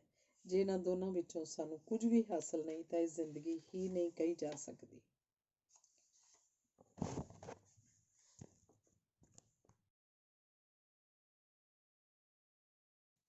ਅਗਲਾ ਲੇਖ ਹੈ ਪਾਪਾ ਜੀ ਦੀਆਂ ਮਿੱਠੀਆਂ ਯਾਦਾਂ। ਲੇਖਕ ਹੈ ਸਵਰਗੀ ਸ਼ੁਭਚਿੰਤ ਕੌਰ ਧੀ। ਇੱਕ ਸ਼ਖਸੀਅਤ, ਅਨੇਕਾਂ ਰੂਪ ਤੇ ਸਾਰੇ ਰੂਪ ਪ੍ਰਭਾਵਸ਼ਾਲੀ, ਸਿਰਜਣਾਤਮਕ ਤੇ ਹਰ ਰੂਪ ਵਿੱਚੋਂ ਇੱਕ ਪ੍ਰੇਰਨਾ, ਉਤਸ਼ਾਹ ਤੇ ਸੁਹਿਰਦਤਾ ਡੁੱਲ ਡੁੱਲ ਪੈਂਦੀ। ਪਿਓ ਦਾ ਰੂਪ, ਭਰਾ ਦਾ ਰੂਪ, ਪੁੱਤਰ ਦਾ ਰੂਪ, ਅਧਿਆਪਕ ਦਾ ਰੂਪ ਜਾਂ ਫਿਰ ਕੋਈ ਹੋਰ ਵੀ। ਪਾਪਾ ਜੀ ਅਜਿਹੀ ਸ਼ਖਸੀਅਤ ਸਨ ਜਿਹੜੇ ਹਰ ਰੂਪ 'ਚ ਇੱਕਦਮ ਨਿਪੁੰਨ। ਕਦੇ ਕਦੇ ਸਬਜ਼ੀ ਕੱਟਦੇ ਸਨ ਤਾਂ ਇਕਸਾਰ ਟੁਕੜੇ, ਜੇ ਬਗੀਚੇ 'ਚ ਕੰਮ ਕਰਦੇ ਸਨ ਤਾਂ ਸਾਰੀ ਕਿਆਰੀ 'ਚ ਇੱਕ ਰੋੜਾ ਵੀ ਨਹੀਂ ਲੱਭ ਸਕਦੇ ਸੀ। ਕਿਆਰੀ ਦੇ ਪਾਸੇ ਇੰਨੇ ਸਿੱਧੇ ਤੇ ਸਾਫ਼ ਸੁਥਰੇ ਹੁੰਦੇ ਕਿ ਦੇਖਣ ਵਾਲਾ ਹੈਰਾਨ ਰਹਿ ਜਾਏ। ਪੜ੍ਹਾਉਂਦੇ ਸਨ ਤਾਂ ਇੰਨਾ ਗਿਆਨ, ਹਰ ਚੀਜ਼ ਨੂੰ ਇੰਨਾ ਪੂਰਨ ਤੌਰ ਤੇ ਸੰਵਾਰਦੇ ਸਨ ਕਿ ਜੇ ਨਹਾ ਕੇ ਨਿਕਲਣ ਤਾਂ ਕਛਹਿਰਾ, ਬਨੈਣ ਤੇ ਤੌਲੀਆ ਵੀ ਬਾਹਰ ਤਾਰ ਉੱਤੇ ਇਸ ਤਰ੍ਹਾਂ ਖਿਲਾਰਦੇ ਸਨ ਕਿ ਹਰ ਕੱਪੜੇ ਦੀ ਨੁੱਕਰ ਬਰਾਬਰ ਹੋਵੇ। ਤਾਰ ਉੱਤੇ ਪਿਆ ਕੱਪੜਾ ਵੀ ਮੂੰਹ ਸੋਝਲੀ ਬੋਲਦਾ ਸੀ। ਇਹੋ ਹਾਲ ਜੋ ਉਹਨਾਂ ਦੇ ਜਾਣਕਾਰ ਹਨ ਜਾਣਦੇ ਹਨ ਕਿ ਉਹਨਾਂ ਦੀ ਲੇਖਣੀ ਵੀ ਇਸੇ ਸੋਝ ਦੀ ਉਪਜ ਸੀ। ਹਰ ਅੱਖਰ ਘੜ ਘੜ ਕੇ, ਅਨੇਕਾਂ ਵਾਰ ਕੱਟ ਕੱਟ ਕੇ ਸਵਾਰਦੇ ਸਨ ਕਿ ਅਖੀਰ 'ਚੋਂ ਮੀਲ ਪੱਥਰ ਹੋ ਕੇ ਇੱਕ ਲੇਖ ਬਣ ਜਾਂਦਾ ਸੀ, ਜਿਸ ਦਾ ਇੱਕ ਇੱਕ ਅੱਖਰ ਪੜ੍ਹ ਕੇ ਮਨ ਸਰੂਰ ਨਾਲ ਹੁਣ ਤੱਕ ਵੀ ਭਰ ਜਾਂਦਾ ਹੈ। ਅੱਜ ਪਾਪਾ ਜੀ ਲਈ ਕੁਝ ਅੱਖਰ ਲਿਖਦਿਆਂ ਮਨ 'ਚ ਬਹੁਤ ਹੀ ਉਦਾਸੀ ਹੈ। ਨਾਲ ਹੀ ਇਸ ਸਭ ਕੁਝ ਦਾ ਸਿਰਲੇਖ ਗੱਪੀ ਪਾਪਾ ਜੀ ਲਿਖਣ ਨੂੰ ਦਿਲ ਕਰਦਾ ਹੈ। ਮੇਰੇ ਨਾਲ ਗੱਪ ਜੋ ਮਾਰ ਗਏ ਤੇ ਬਿਨਾਂ ਮਿਲਿਆਂ ਪਤਾ ਨਹੀਂ ਕਿੱਥੇ ਚਲੇ ਗਏ। ਜਦੋਂ ਵੀ ਬਿਮਾਰ ਹੁੰਦੇ ਸਨ ਮੇਰਾ ਦਿਲ ਧੱਕ ਹੋ ਜਾਂਦਾ ਤੇ ਆਪ ਮੁਹਾਰੇ ਹੰਝੂ ਪਰਲ ਪਰਲ ਵਗਦੇ। ਝੱਟ ਛੁੱਟੀ ਲੈ ਕੇ ਉਹਨਾਂ ਕੋਲ ਪਹੁੰਚ ਜਾਂਦੀ ਹੁੰਦੀ ਸੀ। ਮੈਨੂੰ ਵੇਖਦਿਆਂ ਖਿੜਪੁੜ ਜਾਂਦੇ ਤੇ ਕਹਿੰਦੇ, ਨਾ ਰੋਇਆ ਕਰ ਸ਼ੁਭਾ ਬੇਟੇ, ਤੇਰਾ ਦਿਲ ਬਹੁਤ ਥੋੜ੍ਹਾ ਹੈ, ਝੱਟ ਹੀ ਫਿਕਰਮੰਦ ਹੋ ਜਾਂਦੀ ਹੈ। ਮੈਂ ਠੀਕ ਹਾਂ। ਕਦੇ ਉਹਨਾਂ ਦੀ ਬਿਮਾਰੀ ਦਾ ਪਤਾ ਲੱਗਣ ਤੇ ਪਹੁੰਚਦੀ ਤਾਂ ਅੱਖਾਂ ਖੋਲ੍ਹਦਿਆਂ ਹੀ ਕਹਿੰਦੇ, ਤੂੰ ਨਹੀਂ ਟਲਦੀ, ਪਹੁੰਚ ਵੀ ਗਈ। ਪਰ ਨਾਲ ਹੀ ਉਹਨਾਂ ਦੇ ਬਿਮਾਰ ਚਿਹਰੇ ਉੱਤੇ ਤਸੱਲੀ ਭਰੀ ਖੁਸ਼ੀ ਹੁੰਦੀ ਕਿ ਸ਼ੁਭਾ ਆ ਗਈ। ਪਾਪਾ ਜੀ ਮੈਨੂੰ ਰੋਂਦੀ ਨੂੰ ਵੇਖ ਕੇ ਮੇਰੇ ਮੋਢੇ ਉੱਤੇ ਹੱਥ ਰੱਖ ਕੇ ਕਹਿੰਦੇ, ਬੇਟਾ ਮੈਂ ਇੰਨੀ ਜਲਦੀ ਨਹੀਂ ਜਾਂਦਾ, ਮੈਂ ਸੈਂਕੜਾ ਪੂਰੇ ਕੀਤੇ ਬਿਨਾਂ ਨਹੀਂ ਜਾਣਾ, ਸੋ ਫਿਕਰ ਛੱਡ ਦਿਓ। ਤੇ ਚਲੇ ਗਏ ਸੈਂਕੜੇ ਤੋਂ 10 ਸਾਲ ਪਹਿਲਾਂ ਹੀ। ਹੋਏ ਨਾ ਪੱਕੇ ਗੱਪੀ ਪਾਪਾ ਜੀ। ਮੇਰਾ ਵੱਡਾ ਬੇਟਾ ਹਿਤਪਾਲ ਇੱਕ ਵਾਰੀ ਉਹਨਾਂ ਦੀ ਸਿਹਤ ਨਾਸਾਜ਼ ਹੋਣ ਕਰਕੇ ਉਹਨਾਂ ਕੋਲ ਗਿਆ ਹੋਇਆ ਸੀ। ਪਾਪਾ ਜੀ ਨੂੰ ਹਸਪਤਾਲ ਤੋਂ ਘਰ ਲੈ ਆਏ ਹੋਏ ਸਨ। ਖਾਣਾ ਖਾਣ ਲਈ ਮੇਜ਼ ਕੋਲ ਕੁਰਸੀ ਤੇ ਪਾਪਾ ਜੀ ਤੇ ਹਿਤਪਾਲ ਬੈਠੇ ਸਨ। ਹਿਤਪਾਲ ਪਾਪਾ ਜੀ ਨੂੰ ਰੋਟੀ ਖਾਂਦਿਆਂ ਵੇਖ ਕੇ ਰੋਈ ਗਿਆ ਤੇ ਆਪ ਖਾਣਾ ਨਾ ਖਾ ਸਕਿਆ। ਪਰ ਪਾਪਾ ਜੀ ਨੇ ਸਭ ਜਾਣਦੇ ਹੋਏ ਕਿ ਹਿਤਪਾਲ ਰੋ ਰਿਹਾ, ਨਾ ਉਹਨੂੰ ਚੁੱਪ ਕਰਾਇਆ, ਨਾ ਹੀ ਖਾਣਾ ਖਾਂਦਿਆਂ ਕੋਈ ਵਿਘਨ ਪਾਇਆ। ਖਾਣਾ ਖਾ ਕੇ ਉੱਠੇ ਤੇ ਹਿਤਪਾਲ ਦੇ ਮੋਢੇ ਤੇ ਹੱਥ ਰੱਖ ਕੇ ਕਹਿਣ ਲੱਗੇ, ਬੇਟਾ ਮੈਂ ਕਾਲ ਨੂੰ ਆਪਣੇ ਪੈਰਾਂ ਨਾਲ ਬੰਨ੍ਹਿਆ ਹੋਇਆ। ਜਦੋਂ ਤੱਕ ਮੈਂ ਆਪਣਾ ਕੰਮ ਨਹੀਂ ਮੁਕਾ ਲੈਂਦਾ ਮੈਂ ਇਹਨੂੰ ਬੰਨ੍ਹੀ ਰੱਖਣਾ ਹੈ। ਚਿੰਤਾ ਨਾ ਕਰ, ਮੈਂ ਹਾਲੇ ਨਹੀਂ ਜਾਂਦਾ। ਮੇਰਾ ਕੰਮ ਪਿਆ ਬਹੁਤ ਸਾਰਾ, ਖਤਮ ਕਰਨਾ। ਹਰ ਵਾਰੀ ਸਭ ਤੋਂ ਪਹਿਲਾਂ ਝਟਪਟ ਪਹੁੰਚਣ ਵਾਲੀ ਸ਼ੁਭਾ ਇੱਕੋ ਵਾਰੀ ਹੀ ਖੁੰਝ ਗਈ ਤੇ ਸਦਾ ਲਈ ਲੇਟ ਲਤੀਫ ਬਣ ਗਈ। ਅਸਲ 'ਚ ਆਪ ਮੈਂ ਇੱਕ ਲੰਮੀ ਬਿਮਾਰੀ 'ਚ ਉਲਝ ਗਈ। ਹਰ ਰੋਜ਼ 2 ਵਾਰੀ ਬਿਨਾਂ ਨਾਗਾ ਪਾਪਾ ਜੀ ਨੂੰ ਫੋਨ ਕਰਨ ਵਾਲੀ ਸ਼ੁਭ ਹੁਣ ਲਾਚਾਰ ਮੰਜੇ ਤੇ ਪਈ ਨੂੰ ਪਾਪਾ ਜੀ 2-3 ਵਾਰੀ ਰੋਜ਼ ਫੋਨ ਕਰਕੇ ਪੁੱਛਦੇ, ਕੀ ਹਾਲ ਹੈ ਬੇਟਾ। ਮੈਂ ਝੂਠ ਮੂਠ ਹੀ ਕਹਿ ਦਿੰਦੀ ਕਿ ਪਾਪਾ ਜੀ ਮੈਂ ਬਹੁਤ ਠੀਕ ਹਾਂ, ਜਲਦੀ ਤੁਹਾਨੂੰ ਮਿਲਣ ਆਵਾਂਗੀ। ਪਰ ਉਹ ਭਾਂਪ ਗਏ ਸੀ ਕਿ ਸ਼ੁਭ ਠੀਕ ਨਹੀਂ ਹੈ, ਇਸੇ ਲਈ ਮੈਨੂੰ ਮਿਲਣ ਦੌੜੀ ਨਹੀਂ ਆਈ। ਮੈਂ ਬਹੁਤ ਤਸੱਲੀ ਦਿਵਾਉਂਦੀ ਕਿ ਮੈਂ ਠੀਕ ਹਾਂ। 24/10/8 ਨੂੰ ਸ਼ਾਮੀ ਮੈਂ ਫੋਨ ਕੀਤਾ ਤੇ 40 ਮਿੰਟ ਗੱਲਾਂ ਕਰਦੇ ਰਹੇ। ਮੇਰਾ ਹਾਲ ਪੁੱਛਦੇ ਰਹੇ, ਕਹਿੰਦੇ ਰਹੇ ਮੈਨੂੰ ਹੋਮਿਓਪੈਥੀ ਡਾਕਟਰ ਕੋਲ ਲੈ ਚੱਲੀ। ਮੈਂ ਕਿਹਾ ਪਾਪਾ ਜੀ ਮੈਂ ਤੁਹਾਨੂੰ ਲੈ ਜਾਵਾਂਗੀ ਤੇ ਫਿਰ ਡਾਕਟਰ ਕੋਲ ਦਿਖਾ ਕੇ ਵਾਪਸ ਪਟਿਆਲੇ ਛੱਡ ਜਾਵਾਂਗੀ।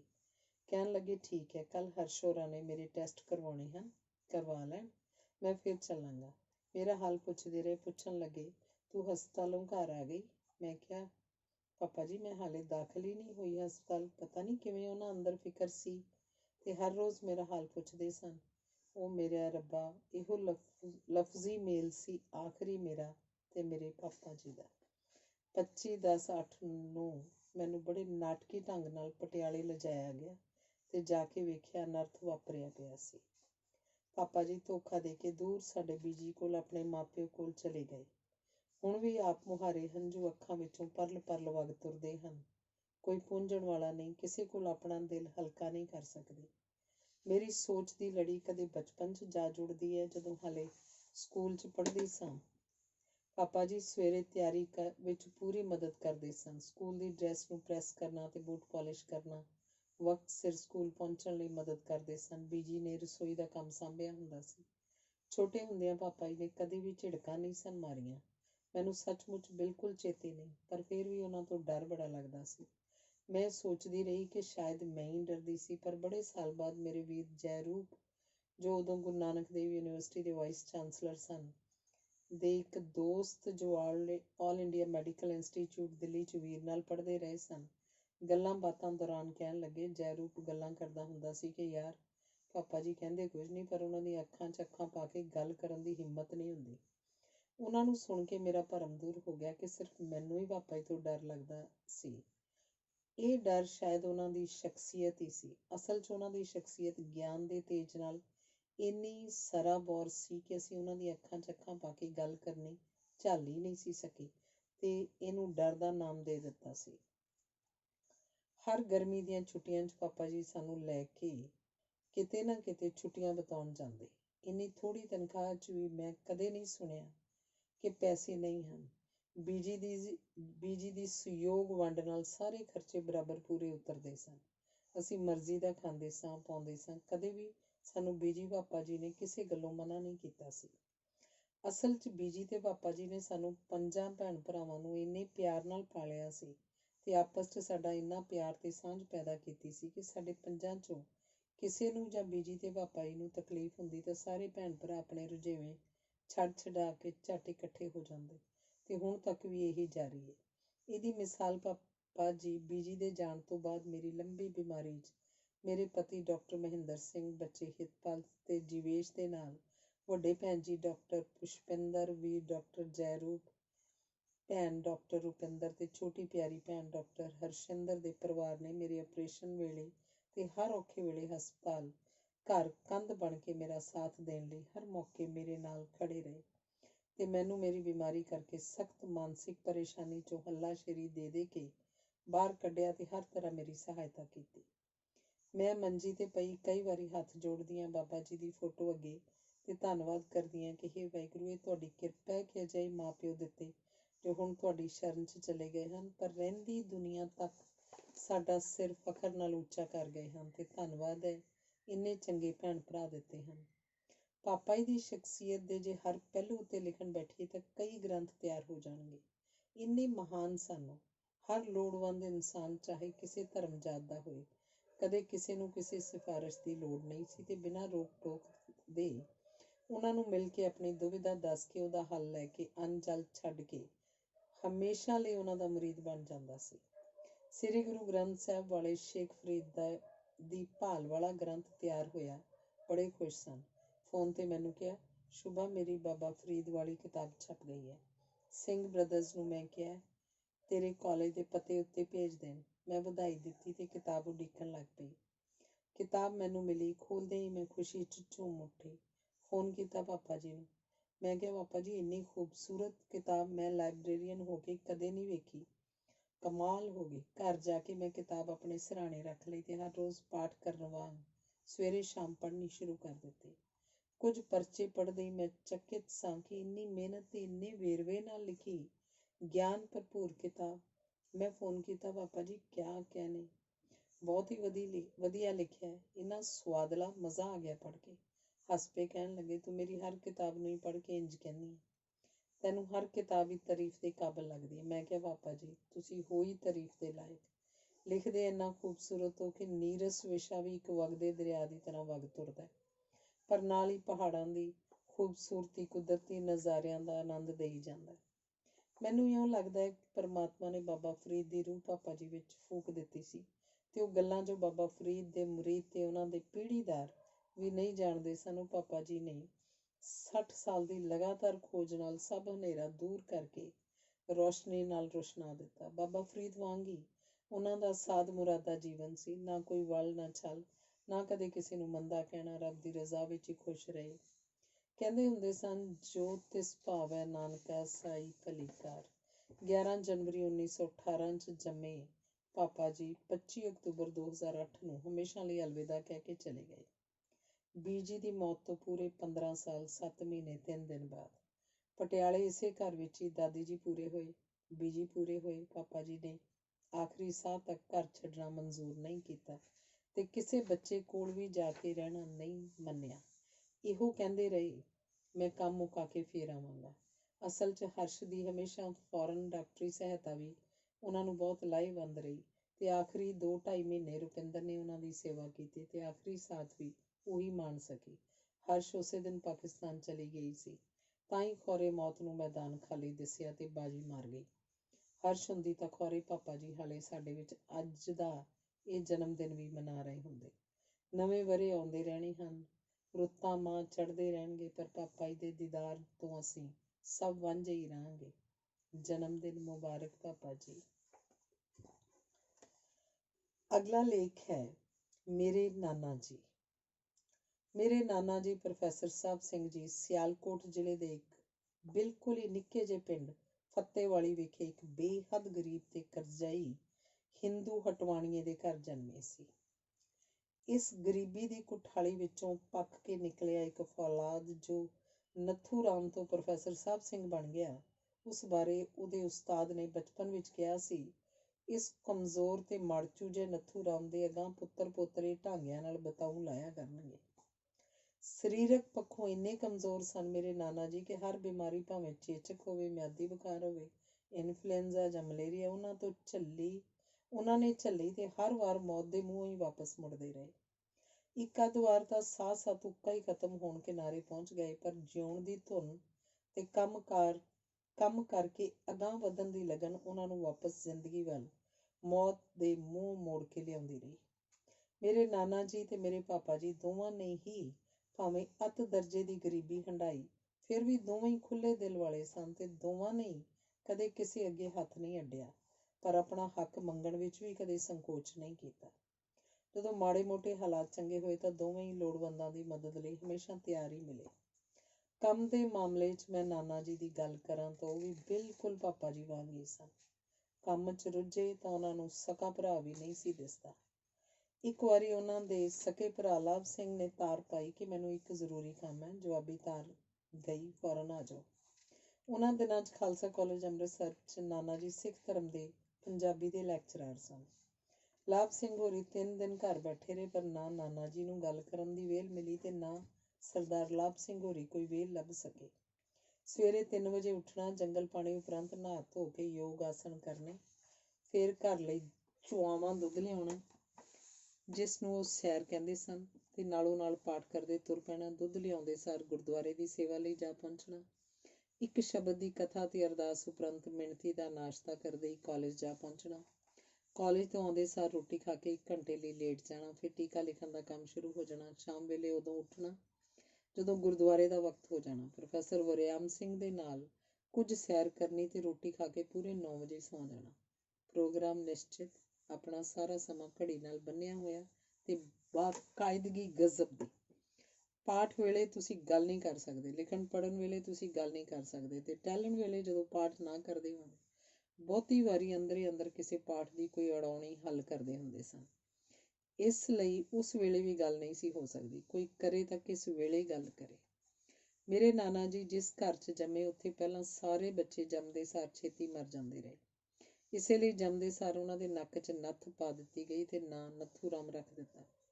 ਉਹ ਨੱਥ 8ਵੀਂ ਜਮਾਤ ਤੱਕ ਰੀਤੀ ਰਿਵਾਜ ਅਨੁਸਾਰ ਉਹਨਾਂ ਦੇ ਨੱਕ 'ਚ ਪਈ ਰਹੀ, ਜਦ ਤੱਕ ਉਹਨਾਂ ਦਾ ਵਿਆਹ ਨਹੀਂ ਹੋ ਗਿਆ। ਉਹਨਾਂ ਦੀ ਮੁੱਢਲੀ ਤਾਲੀਮ 4.5 ਸਾਲ ਦੀ ਉਮਰ 'ਚ ਜਿਸ ਕੋਲੋਂ ਸ਼ੁਰੂ ਹੋਈ, ਉਹ ਮੀਆਂ ਹਯਾਤ ਸ਼ਾਹ ਪ੍ਰਸਿੱਧ ਕਵੀ ਹਾਸ਼ਮ ਸ਼ਾਹ ਦੇ ਸਪੁੱਤਰ ਸਨ। ਪ੍ਰਸਿੱਧ ਕਵੀ ਹਾਸ਼ਮ ਸ਼ਾਹ ਮਹਾਰਾਜਾ ਰਣਜੀਤ ਸਿੰਘ ਦੇ ਦਰਬਾਰ ਦੇ ਪ੍ਰਸਿੱਧ ਕਵੀ ਸਨ। ਥੋੜੇ ਹੋਰ ਵੱਡੇ ਹੋ ਜਾਣ ਉੱਤੇ ਜਦੋਂ ਮੇਰੇ ਨਾਨਾ ਜੀ ਸਕੂਲੋਂ ਵਾਪਸ ਮੁੜਦੇ ਹੁੰਦੇ ਸੀ ਤਾਂ ਰਾਹ 'ਚ ਸਿੱਖ ਫੌਜੀਆਂ ਨੂੰ ਲੰਘਦੇ ਵੇਖ ਤੇ ਨਾਮਧਾਰੀਆਂ ਨੂੰ ਵੇਖ ਵੇਖ ਕੇ ਉਹਨਾਂ ਦੇ ਮਨ 'ਚ ਕੇਸ ਰੱਖਣ ਤੇ ਅੰਮ੍ਰਿਤ ਛਕ ਕੇ ਸਿੰਘ ਸਜਣ ਦੀ ਚਾਅ ਇੰਨੀ ਜ਼ੋਰ ਫੜ ਗਈ ਕਿ ਉਹ ਬਾਅਦ 'ਚ ਕੇਸ ਰੱਖ ਕੇ ਸਾਹਿਬ ਸਿੰਘ ਵਿੱਚ ਤਬਦੀਲ ਹੋ ਗਏ। ਅੱਗੋਂ ਜਿਸ ਤਰ੍ਹਾਂ ਉਹਨਾਂ ਨੇ ਪੂਰੀ ਜ਼ਿੰਦਗੀ ਗੁਰੂ ਗ੍ਰੰਥ ਸਾਹਿਬ ਦੀ ਖੋਜ ਚਲਾ ਦਿੱਤੀ, ਉਹ ਕਿਸੇ ਤੋਂ ਲੁਕਿਆ ਨਹੀਂ। ਉਹ ਪਹਿਲੀ ਮਿਸਾਲ ਸੀ ਜਦੋਂ ਕਿਸੇ ਬਿਨਾਂ ਕੇਸ ਵਾਲੇ ਨੂੰ ਅੰਮ੍ਰਿਤ ਛਕਾਇਆ ਗਿਆ, ਕਿਉਂਕਿ ਵਾਲ ਉੱਗਣ 'ਚ ਹਾਲੇ ਸਮਾਂ ਲੱਗਣਾ ਸੀ। ਉਹਨਾਂ ਇਹ ਸਿੱਖੀ ਕੇਸਾਂ ਸਵਾਸਾਂ ਨਾਲ ਨਿਭਾਈ। ਸੰਸਕ੍ਰਿਤ ਦੇ ਇੰਨੇ ਅੱਛੇ ਵਿਦਵਾਨ ਹੋਣ ਦੇ ਬਾਵਜੂਦ ਉਹਨਾਂ ਦੀ ਪੰਜਾਬੀ ਜ਼ਬਾਨ ਦੀ ਮੁਹਾਰਤ ਬਾਰੇ ਪ੍ਰਿੰਸੀਪਲ ਤੇਜਾ ਸਿੰਘ ਕਿਹਾ ਕਰਦੇ ਸਨ ਕਿ ਪ੍ਰੋਫੈਸਰ ਸਾਹਿਬ ਸਿੰਘ ਠੀਕ ਤੇ ਮਿਆਰੀ ਪੰਜਾਬੀ ਲਿਖਣ ਵਾਲੇ 2-3 ਲੇਖਕਾਂ ਵਿੱਚੋਂ ਚੋਟੀ 'ਤੇ ਹਨ। ਮੇਰੇ ਨਾਨਾ ਜੀ ਸਿਰਫ ਮੇਰੀ ਮਲਕੀਅਤ ਨਹੀਂ ਬਲਕਿ ਪੂਰੇ ਪੰਥ ਦੀ ਸਾਂਝੀ ਅਮਾਨਤ ਸਨ। ਉਹਨਾਂ ਜਦੋਂ ਸਾਰੇ ਗੁਰੂ ਗ੍ਰੰਥ ਸਾਹਿਬ ਦਾ ਸਟੀਕ ਕਰਨ ਬਾਰੇ ਸੋਚਿਆ ਤਾਂ ਆਪਣੇ ਉੱਤੇ ਇੱਕ ਖਰਵਾ ਜਿਹਾ ਉਛਾੜ ਚਾੜ ਲਿਆ ਤੇ ਉਹ ਕੰਮ ਨੂੰ ਦੈਵੀ ਸੌਂਪਣੀ ਸਮਝ ਕੇ ਮਾਇਆ ਦਾ ਮੋਹ ਤਿਆਗ ਕੇ ਸਾਰੇ ਸੁੱਖ ਇੱਥੋਂ ਤੱਕ ਕਿ ਆਪਣੀ ਹੋਂਦ ਤੱਕ ਨੂੰ ਮਿਟਾ ਕੇ ਉਸ ਕੰਮ 'ਚ ਜੁਟ ਗਏ।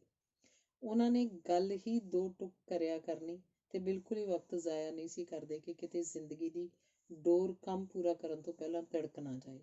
ਇਹ ਸੀ ਇੱਕ ਪ੍ਰਤ ਲਗਨ ਨਿਰੰਤਰ ਸਿਰੜ ਦੀ ਇੱਕ ਅਦੁੱਤੀ ਮਿਸਾਲ।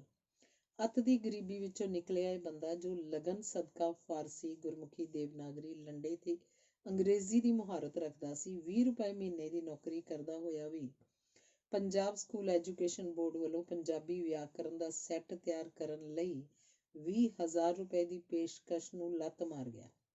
ਭਲਾ ਕਿਸ ਮਿੱਟੀ ਦਾ ਬਣਿਆ ਹੋਏਗਾ? ਮੇਰੇ ਨਾਨਾ ਜੀ ਦਾ ਉਹਨਾਂ ਨੂੰ ਜਵਾਬ ਸੀ, ਇਸ ਸਰੀਰ ਦਾ ਕੋਈ ਭਰਵਾਸਾ ਨਹੀਂ ਕਿਸ ਵੇਲੇ ਜਵਾਬ ਦੇ ਜਾਏ। ਮੈਂ ਗੁਰਬਾਣੀ ਵਿਆਕਰਨ ਦਾ ਸੰਕਲਪ ਕੀਤਾ ਸੀ, ਸੋ ਗੁਰੂ ਪਾਤਸ਼ਾਹ ਨੇ ਸਿਰੇ ਚਾੜ ਦਿੱਤਾ। ਗੁਰੂ ਗ੍ਰੰਥ ਸਾਹਿਬ ਦੇ ਟੀਕੇ ਤੇ ਗੁਰੂ ਇਤਿਹਾਸ ਬਾਰੇ ਸੰਕਲਪ ਬਣਿਆ ਹੋਇਆ। ਜੇ ਮੈਂ ਪੈਸਿਆਂ ਪਿੱਛੇ ਕੋਈ ਕੰਮ ਕਰਨਾ ਹੁੰਦਾ ਤਾਂ ਇਹ ਕੰਮ ਕਦੀ ਨਾ ਹੋ ਸਕਦਾ। ਮੇਰੇ ਪਾਸ ਜੋ ਸਮਾਂ ਹੈ ਉਹਦਾ ਇੱਕ ਇੱਕ ਪਲ ਗੁਰੂ ਲਈ ਹੈ। ਵਿਆਕਰਨਾਂ ਲਿਖ ਕੇ ਪੈਸੇ ਕਮਾਉਣ ਲਈ ਹੋਰ ਬਥੇਰੇ। ਗਰੀਬੀ ਦੇ ਅਹਿਸਾਸ ਬਾਰੇ ਮੇਰੇ ਨਾਨਾ ਜੀ ਆਪਣੀ ਜੀਵਨੀ 'ਚ ਲਿਖਦੇ ਹਨ। ਸੰਨ 1910 ਦਾ ਅੱਧ ਲੰਘ ਚੁੱਕਿਆ ਸੀ। ਮੈਂ ਡਾਕਖਾਨੇ ਦੇ ਮਹਿਕਮੇ ਵਿੱਚ ਦਰਖਾਸਤ ਭੇਜੀ। ਮੈਨੂੰ ਸੱਦਾ ਆ ਗਿਆ ਇਮਤਿਹਾਨ ਦੇਣ ਲਈ। ਸਿਆਲਕੋਟ ਸਾਡੇ ਪਿੰਡ ਤੋਂ 40 ਮੀਲ ਸੀ। ਅੱਧ ਵਿੱਚ ਸੀ ਪਸਰੂਰ, ਜਿੱਥੇ 4 ਸਾਲ ਪੜ੍ਹਦਾ ਰਿਹਾ ਸਾਂ। ਘਰੋਂ ਤੁਰਨ ਵੇਲੇ ਹੋਸ਼ ਆਈ ਕਿ ਜੋ ਮੈਂ ਸਾਰਾ ਪਿੰਡਾ 40 ਮੀਲ ਹੀ ਤੁਰ ਕੇ ਜਾਵਾਂ ਤਾਂ ਵੀ ਡਾਕਖਾਨੇ ਦਾ ਕੰਮ ਸਿੱਖਣ ਵਾਸਤੇ ਸ਼ਹਿਰ ਸਿਆਲਕੋਟ 'ਚ ਰੋਟੀ ਖਾਣ ਵਾਸਤੇ ਤਾਂ ਥੋੜ੍ਹੇ ਬਹੁਤ ਪੈਸੇ ਚਾਹੀਦੇ ਹੀ ਹਨ। ਮੇਰੇ ਛੋਟੇ ਵੀਰ ਦੁਕਾਨ ਕਰਦੇ ਸਨ, ਪਰ ਹੱਟੀ ਵਿੱਚ ਨਕਦ ਰਕਮ ਉਸ ਵੇਲੇ ਕੋਈ ਨਹੀਂ ਸੀ। ਮੇਰੀ ਮਾਂ ਸੌਖੇ ਲੋਕਾਂ ਦੇ ਕਈ ਘਰਾਂ ਵਿੱਚ ਗਈ, ਪਰ ਕਿਸੇ ਨੇ ਮਦਦ ਨਾ ਕੀਤੀ। ਕਰਦਾ ਵੀ ਕੌਣ? ਅਸੀਂ ਤਾਂ ਅੱਤ ਗਰੀਬ, ਜਿਨ੍ਹਾਂ ਤੋਂ ਉਹਨਾਂ ਨੂੰ ਸ਼ਾਇਦ ਇਹ ਉਧਾਰ ਛੇਤੀ ਮੁੜਨ ਦੀ ਆਸ ਨਹੀਂ ਬੱਝਦੀ ਹੋਣੀ। ਆਖਰ ਮੇਰੀ ਮਾਂ ਨੇ ਉਸ ਜਨਾਨੀ ਤੋਂ ਉਧਾਰ 2 ਰੁਪਏ ਦਾ ਤਰਲਾ ਮਾਰਿਆ ਜੋ ਸਾਡੇ ਘਰ ਦਾ ਕੂੜਾ ਸੁੱਟਦੀ ਸੀ। ਉਹਦਾ ਨਾਮ ਸੀ ਭਾਨੀ। ਭਾਨੀ ਦੇ ਮਨ 'ਚ ਰੱਬ ਨੇ ਮਿਹਰ ਪਾਈ ਤੇ ਉਹਨੇ ਆਪਣੇ ਘਰੋਂ 2 ਰੁਪਏ ਲਿਆ ਦਿੱਤੇ। ਮੇਰੀ ਜੁੱਤੀ ਟੁੱਟੀ ਹੋਈ ਸੀ, ਨਵੀਂ ਬਣਵਾਈ। ਘਰੋਂ ਤੁਰ ਪਿਆ, ਨਵੀਂ ਜੁੱਤੀ ਪਾਈ। ਕੁਝ ਮੀਲ ਪੈਂਡਾ ਕਰਕੇ ਪੈਰੀਂ ਛਾਲੇ ਪੈ ਗਏ। ਨਵੀਂ ਲਾ ਕੇ ਪੱਲੇ ਬੰਨ੍ਹ ਲਈ ਤੇ ਪੁਰਾਣੀ ਪਾ ਲਈ। ਪੁਰਾਣੀ ਹੇਠੋਂ ਟੁੱਟੀ ਸੀ, ਅੱਡੀਆਂ ਦੇ ਹੇਠ ਵਿੱਚ ਛਾਪੇ ਪੈ ਗਏ, ਉਹ ਵੀ ਲਾਹ ਲਈ। ਹੁਣ ਨੰਗੇ ਪੈਰੀਂ ਤੁਰਿਆ। ਪੈਰਾਂ ਦੇ ਹੇਠਲੇ ਛਾਲੇ ਪੀੜ ਕਰਨ ਤੁਰਿਆ ਨਾ ਜਾਏ। ਪੈਂਡਾ ਅਜੇ ਵੀ 2.5-3 ਮੀਲ ਰਹਿੰਦਾ ਸੀ। ਰੋਂਦੇ ਨੇ ਬੜੇ ਮੰਦੇ ਹਾਲ ਉਹ ਮੁਕਾਇਆ। ਉਸ ਦਿਨ ਮੈਨੂੰ ਸਮਝ ਆਈ ਕਿ ਅਸੀਂ ਗਰੀਬ ਹਾਂ। ਮੈਨੂੰ ਅੱਜ ਪਤਾ ਲੱਗਾ ਕਿ ਗਰੀਬ ਕਿਵੇਂ ਗਲੀਆਂ ਦੇ ਕੱਖਾਂ ਵਾਂਗ ਰੁਲਦੇ ਹਨ। ਨਾਨਾ ਜੀ ਦੀ ਸਾਰੀ ਉਮਰ ਦੀ ਕੀਤੀ ਮਿਹਨਤ ਸਦਕਾ ਤਿਆਰ ਹੋਇਆ ਗੁਰੂ ਗ੍ਰੰਥ ਸਾਹਿਬ ਦਾ ਟੀਕਾ, ਜੋ ਪੰਥ ਦੀ ਅਮਾਨਤ ਸੀ ਤੇ ਹੈ, ਉਸ ਨੂੰ ਵੀ ਕਿਸੇ ਸੱਜਣ ਦੀ ਈਰਖਾ ਸਦਕਾ ਪੰਥ ਦੀ ਸ਼੍ਰੋਮਣੀ ਜਥੇਬੰਦੀ ਨੇ ਛਾਪਣ ਤੋਂ ਨਾਂਹ ਕਰ ਦਿੱਤੀ ਸੀ ਤੇ ਰਾਜ ਪਬਲਿਸ਼ਰਜ਼ ਜਲੰਧਰ ਨੇ ਛਾਪਿਆ ਸੀ। ਜਦੋਂ ਨਾਨਾ ਜੀ ਦੀ ਮੌਤ ਤੋਂ ਬਾਅਦ ਸ਼ਰਧਾਂਜਲੀਆਂ ਭਾਈ ਵੀਰ ਸਿੰਘ ਹਾਲ ਵਿੱਚ ਭੇਟ ਕੀਤੀਆਂ ਗਈਆਂ ਤਾਂ ਉਦੋਂ ਸ਼੍ਰੋਮਣੀ ਕਮੇਟੀ ਦੇ ਸਕੱਤਰ ਨੇ ਦੱਸਿਆ ਕਿ ਸ਼੍ਰੋਮਣੀ ਕਮੇਟੀ ਵੱਲੋਂ ਪ੍ਰੋਫੈਸਰ ਸਾਹਿਬ ਸਿੰਘ ਦੀ ਫੋਟੋ ਕੇਂਦਰੀ ਸਿੱਖ ਅਜਾਇਬ ਘਰ 'ਚ ਰੱਖਣ ਦਾ ਮਤਾ ਪਾਸ ਹੋ ਗਿਆ। ਪਰ ਅਫਸੋਸ 29 ਅਕਤੂਬਰ 1977 ਯਾਨੀ ਜਦੋਂ ਸੁਰਗਵਾਸ ਹੋਏ ਤੋਂ 25 ਅਕਤੂਬਰ 2008 ਤੱਕ, ਜਦੋਂ ਪ੍ਰੋਫੈਸਰ ਪ੍ਰੀਤਮ ਸਿੰਘ ਜੀ ਵੀ ਇਸ ਚਲੰਤ ਸਰਾਂ ਰੂਪੀ ਸੰਸਾਰ ਨੂੰ ਅਲਵਿਦਾ ਕਹਿ ਗਏ, ਇਹ ਹੋਇਆ ਨਹੀਂ ਵੇਖ ਸਕੇ। ਆਪਣੇ ਨਾਨਾ ਜੀ ਤੇ ਪਾਪਾ ਜੀ ਬਾਰੇ ਮੈਂ ਇਹ ਵੀ ਦੱਸਦੇ ਹਾਂ ਕਿ ਦੋਨਾਂ ਨੇ ਹੀ ਕਦੇ ਸਰਕਾਰਾਂ ਅੱਗੇ ਗੋਡੇ ਨਹੀਂ ਟੇਕੇ। ਤੇ ਆਪਣੇ ਸਵੈਮਾਨ ਨੂੰ ਕਾਇਮ ਰੱਖ ਕੇ ਕੌਮ ਲਈ ਅਣਥੱਕ ਮਿਹਨਤ ਕਰਦੇ ਰਹੇ। ਨੰਗੇ ਪੈਰ ਤੇ ਨੰਗੇ ਧੜ ਤੁਰਨ ਵਾਲੀਆਂ ਅਜਿਹੀਆਂ ਸ਼ਖਸੀਅਤਾਂ ਕੌਮ ਦਾ ਸਰਮਾਇਆ ਹੁੰਦੀਆਂ ਹਨ। ਪੰਥ ਦੀ ਅਮਾਨਤ। ਦੋਵਾਂ ਨੇ ਡੀ ਲਿਟ ਤੱਕ ਦਾ ਸਨਮਾਨ ਮਿਲਿਆ ਤੇ ਅੰਤਰਰਾਸ਼ਟਰੀ ਪ੍ਰਸਿੱਧੀ ਵੀ। ਵੈਸੇ ਤਾਂ ਦੋਹਾਂ ਦੀ ਕੋਈ ਯਾਦ ਕਾਇਮ ਕਰਨ ਦੀ ਲੋੜ ਨਹੀਂ, ਕਿਉਂਕਿ ਸਰਕਾਰਾਂ ਵੀ ਅਜਿਹੇ ਲੋਕਾਂ ਤੋਂ ਮੂੰਹ ਮੋੜ ਲੈਂਦੀਆਂ ਹਨ ਤੇ ਚਮਚਾਗਿਰੀ ਕਰਨ ਵਾਲਿਆਂ ਨੂੰ ਹੀ ਚਮਕਾਉਂਦੀਆਂ ਹਨ। ਪਰ ਗੁਰਬਾਣੀ ਉੱਤੇ ਉਹਨਾਂ ਦਾ ਹੋਇਆ ਕੰਮ ਕਦੇ ਵੀ ਪੁਰਾਣਾ ਨਹੀਂ ਹੋ ਸਕਣਾ। ਜੇ ਕੋਈ ਸੰਸਥਾ ਪੰਥਕ ਰਿਣ ਚੁਕਾਉਣ ਦੇ ਖਿਆਲ ਨਾਲ ਕਿਸੇ ਖੋਜ ਸੰਸਥਾ, ਪੁਸਤਕਾਲੇ ਜਾਂ ਨਿਰੰਤਰ ਜਾਰੀ ਰਹਿਣ ਵਾਲੀ ਖੋਜ ਯੋਜਨਾ ਯਾਨੀ ਰਿਸਰਚ ਨਾਲ ਇਹਨਾਂ ਦਾ ਨਾਂ ਸੰਬੰਧਿਤ ਕਰ ਲਵੇ, ਤਾਂ ਜਿੱਥੇ ਇਹਨਾਂ ਦੇ ਕੀਤੇ ਕੰਮ ਭਵਿੱਖ ਦੇ ਨੌਜਵਾਨ ਖੋਜੀਆਂ ਲਈ ਇੱਕ ਪ੍ਰੇਰਨਾ ਸਰੋਤ ਬਣ ਕੇ ਚਾਨਣ ਮੁਨਾਰੇ ਦਾ ਕੰਮ ਦਿੰਦੇ ਰਹਿਣਗੇ, ਉੱਥੇ ਦੂਰ ਤਾਈਂ ਇਹ ਸੁਣਿਆ ਵੀ ਜਾਏਗਾ ਕਿ ਕੌਮ ਲਈ ਕੰਮ ਕਰਨ ਵਾਲਿਆਂ ਨੂੰ ਪੁਸ਼ਤ ਦਰ ਪੁਸ਼ਤ ਲੋਕ ਯਾਦ ਰੱਖਦੇ ਹਨ ਤੇ ਉਹ ਮਰਨ ਬਾਅਦ ਵੀ ਜਿੰਦਾ ਰਹਿੰਦੇ ਹਨ। ਪ੍ਰੋਫੈਸਰ ਪ੍ਰੀਤਮ ਸਿੰਘ ਜੀ ਵੱਲੋਂ ਅਣਥੱਕ ਮਿਹਨਤ ਨਾਲ ਇਕੱਤਰ ਕੀਤੇ ਹੱਥ ਲਿਖਤ ਖਰੜੇ, ਜਿਹੜੇ ਦੁਰਲੱਭ ਹਨ, ਹੁਣ ਤੱਕ ਵੀ ਗੁਰੂ ਨਾਨਕ ਦੇਵ ਯੂਨੀਵਰਸਿਟੀ ਵਿਖੇ ਸਾਂਭੇ ਪਏ ਹਨ। ਇਸ ਟੱਬਰ ਬਾਰੇ ਕੁਝ ਹੋਰ ਜ਼ਿਕਰ ਕਰਨਾ ਵੀ ਜ਼ਰੂਰੀ ਹੈ। ਇਸ ਟੱਬਰ ਵਿੱਚੋਂ ਇੱਕ ਹੋਰ ਆਚਰਨ ਉਗੜਿਆ ਅੱਖਾਂ ਦੇ ਮਾਹਿਰ ਡਾਕਟਰ ਦਲਜੀਤ ਸਿੰਘ, ਜਿਸ ਨੇ ਆਪਣੇ ਪਿਓ ਪ੍ਰੋਫੈਸਰ ਸਾਹਿਬ ਸਿੰਘ ਦੀ 24 ਘੰਟੇ ਨਿਸ਼ਕਾਮ ਸੇਵਾ ਕਰਕੇ ਬਿਨਾਂ ਮੱਥੇ ਉੱਤੇ ਕਦੇ ਤਿਉੜੀ ਪਾਈ ਤੇ ਬਿਨਾਂ ਕਦੇ ਵੀ ਖਰਵੀ ਸੁਰ ਕੱਢੇ ਅੱਜ ਕੱਲ੍ਹ ਦੇ ਜ਼ਮਾਨੇ ਦਾ ਸਰਵਣ ਪੁੱਤਰ ਬਣ ਕੇ ਵਿਖਾ ਦਿੱਤਾ। ਉਹਨਾਂ ਦੀਆਂ ਬੁਲੰਦੀਆਂ ਵੀ ਕਿਸੇ ਤੋਂ ਲੁਕੀਆਂ ਨਹੀਂ ਤੇ ਉਹਨਾਂ ਦੀ ਅਣਥੱਕ ਮਿਹਨਤ ਸਦਕਾ ਉਹਨਾਂ ਨੂੰ ਵੀ ਪਦਮ ਸ਼੍ਰੀ ਨਾਲ ਸਨਮਾਨਿਤ ਕੀਤਾ ਗਿਆ। ਇਸੇ ਟੱਬਰ ਵਿੱਚ ਹੈ ਮੇਰਾ ਭਰਾ ਡਾਕਟਰ ਜੈਰੂਪ ਸਿੰਘ, ਜਿਸ ਦੀ ਵਿਦਵਤਾ ਦੇ ਝੰਡੇ ਹੋਰਨਾਂ ਮੁਲਕਾਂ ਦੇ ਲੋਕਾਂ ਨੇ ਵੀ ਮੰਨ ਕੇ ਅਨੇਕ ਅੰਤਰਰਾਸ਼ਟਰੀ ਸਨਮਾਨ ਉਹਨਾਂ ਦੇ ਝੋਲੇ ਪਾਏ। ਬਸ ਅਜਿਹਾ ਹੀ ਹੈ ਮੇਰਾ ਟੱਬਰ, ਜਿਸ 'ਚ ਮੇਰਾ ਜਨਮ ਹੋਇਆ ਤੇ ਮੈਂ ਇਹਨਾਂ ਸਾਰਿਆਂ ਦੀ ਲੋਅ ਤੋਂ ਚਾਨਣ ਲੈ ਕੇ ਜੋ ਵੀ ਅੱਜ ਬਣ ਸਕੀ। ਅਖੀਰ ਵਿੱਚ ਇਹਨਾਂ ਸਾਰੀਆਂ ਸ਼ਖਸੀਅਤਾਂ ਦੇ ਪਿੱਛੇ ਅਸਲ ਕੁਰਬਾਨੀ ਦੀ ਲਾਟ ਬਣ ਕੇ ਬਲਦੀਆਂ ਦੋ ਔਰਤਾਂ ਦਾ ਜ਼ਿਕਰ ਜ਼ਰੂਰ ਕਰਨਾ ਚਾਹਾਂਗੀ। ਮੇਰੀ ਨਾਨੀ ਤੇ ਮੇਰੀ ਮਾਂ, ਦੋਵੇਂ ਇੱਕੋ ਜਿਹੇ ਸੁਭਾਅ ਵਾਲੀਆਂ ਤੇ ਆਪਣਾ ਆਪ ਮਿਟਾ ਕੇ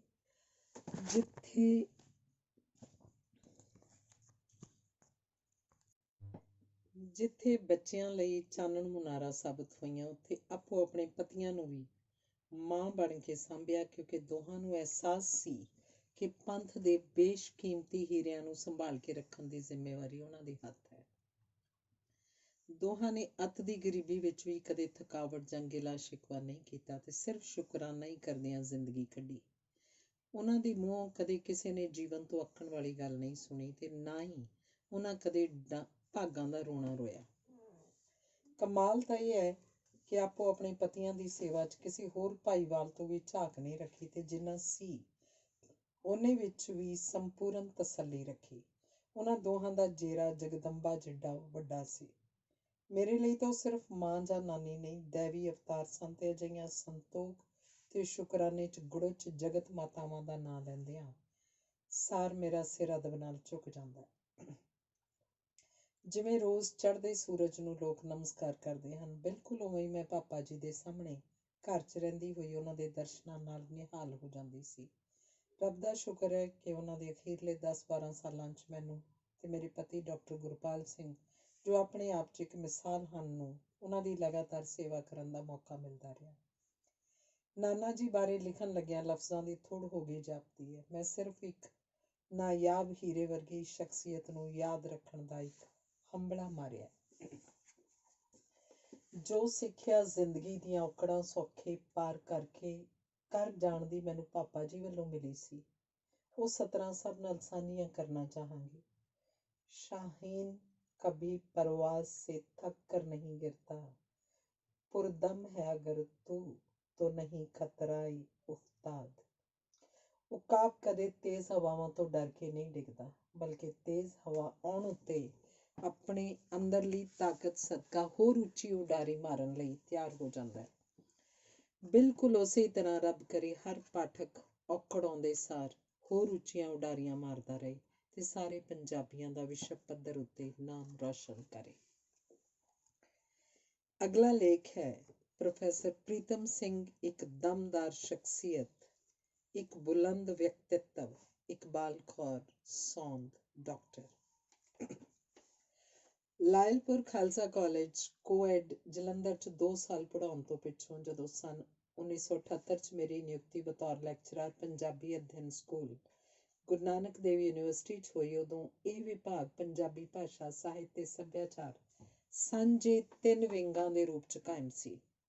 ਸਾਡਾ ਵਿਭਾਗ ਗੁਰੂ ਨਾਨਕ ਸਟੱਡੀਜ਼ ਵਿਭਾਗ ਇੱਕ ਹੀ ਬਿਲਡਿੰਗ 'ਚ ਹੋਣ ਕਰਕੇ ਪੌੜੀਆਂ ਦੇ ਸਾਂਝੇ ਰਾਹ ਰਾਹੀਂ ਉੱਪਰ ਹੇਠਾਂ ਚੜ੍ਹਦਿਆਂ ਉਤਰਦਿਆਂ ਕਈ ਵਾਰ ਉਸ ਵਿਭਾਗ ਦੇ ਮੁਖੀ ਪ੍ਰੋਫੈਸਰ ਪ੍ਰੀਤਮ ਸਿੰਘ ਹੋਰਾਂ ਨਾਲ ਮੇਲ ਹੋ ਜਾਣ ਦੀ ਸੰਭਾਵਨਾ ਬਣ ਜਾਣੀ। ਭਾਵੇਂ ਮੈਂ ਤੇ ਮੇਰੀ ਕੁਲੀਗ ਤੇਜਿੰਦਰ ਮਾਨ ਦਾ ਸਦਾ ਯਤਨ ਹੁੰਦਾ ਕਿ ਪ੍ਰੋਫੈਸਰ ਸਾਹਿਬ ਲੰਘ ਜਾਣ, ਅਸੀਂ ਸਾਹਮਣਿਓਂ ਨਾ ਗੁਜ਼ਰੀਏ। ਮੱਧਯੁਗੀ ਕੀਮਤਾਂ ਦੇ ਅਨੁਸਾਰੀ ਹੋਣ ਕਰਕੇ ਸਾਡੇ ਦੋਵਾਂ ਦੇ ਮਨਾਂ 'ਚ ਵਿਦਵਾਨਾਂ ਤੇ ਆਪਣੇ ਤੋਂ ਵੱਡਿਆਂ ਪ੍ਰਤੀ ਪੂਰੀ ਕਦਰ ਸੀ। ਉਹਨਾਂ ਦੇ ਗਿਆਨ ਤੋਂ ਫਾਸਲਾ ਵੀ ਸੀ। ਮੌਕਾ ਬਣ ਜਾਣ ਤੇ ਅਸੀਂ ਅਦਬ ਨਾਲ ਹੱਥ ਜੋੜ ਕੇ ਝਿਜਕਦਿਆਂ ਸਤਿ ਸ੍ਰੀ ਅਕਾਲ ਕਰਕੇ ਲੰਘ ਜਾਂਦੀਆਂ। ਪ੍ਰੋਫੈਸਰ ਪ੍ਰੀਤਮ ਸਿੰਘ ਸਦਾ ਸਾਦੇ ਸਵੱਛ ਲਿਬਾਸ ਵਿੱਚ ਧੀਮੀ ਚਾਲ ਨਾਲ ਇੱਕ ਦਰਵੇਸ਼ ਵਾਂਗ ਉੱਪਰੋਂ ਉਤਰ ਜਾਂ ਚੜ੍ਹ ਰਹੇ ਹੁੰਦੇ। ਉਹ ਇਸ ਤਰ੍ਹਾਂ ਪੋਲੇ ਆਪਣੇ ਕਦਮ ਜ਼ਮੀਨ ਤੇ ਟਿਕਾ ਕੇ ਤੁਰਦੇ ਜਿਵੇਂ ਸੰਸਾਰੀ ਆਹੰਗ ਹਉਮੈ ਦਾ ਉਹਨਾਂ ਨਾਲ ਕੋਈ ਸਰੋਕਾਰ ਨਹੀਂ, ਤੇ ਵੱਡੇ ਤੇ ਉੱਚੇ ਦਿਸਣ ਦੇ ਨਾਲ ਨਾਲ ਉਹਨਾਂ ਦੇ ਅੰਦਰ ਤਾਂ ਕਿਵੇਂ ਮੰਜ਼ਿਲ ਵੱਲ ਵਧਣ ਦੀ ਧੁਨ ਚੱਲ ਰਹੀ ਹੁੰਦੀ ਸੀ। ਉਹ ਆਪਣੇ ਪੈਰਾਂ ਦੀ ਜ਼ੋਰਦਾਰ ਥਪਕ ਨਾਲ ਉਹਨੂੰ ਉਖੜਨ ਨਹੀਂ ਸੀ ਦੇਣਾ ਚਾਹੁੰਦੇ। ਉਹਨਾਂ ਦੀ ਬਾਹਰੀ ਦਿੱਖ ਉਹਨਾਂ ਦੇ ਸੰਜੀਦਾ ਤੇ ਅਨੁਸ਼ਾਸਨੀ ਸੁਭਾਅ ਦੀ ਸਾਖੀ ਭਰਦੀ ਸੀ। ਉਹ ਪੜ੍ਹਾ ਰਹੇ ਹੋਣ ਜਾਂ ਸੋਚ ਰਹੇ ਹੋਣ, ਉਹਨਾਂ ਦਾ ਮਨ ਕਦੀ ਖਿਲਾਰ 'ਚ ਨਹੀਂ ਸੀ ਹੁੰਦਾ।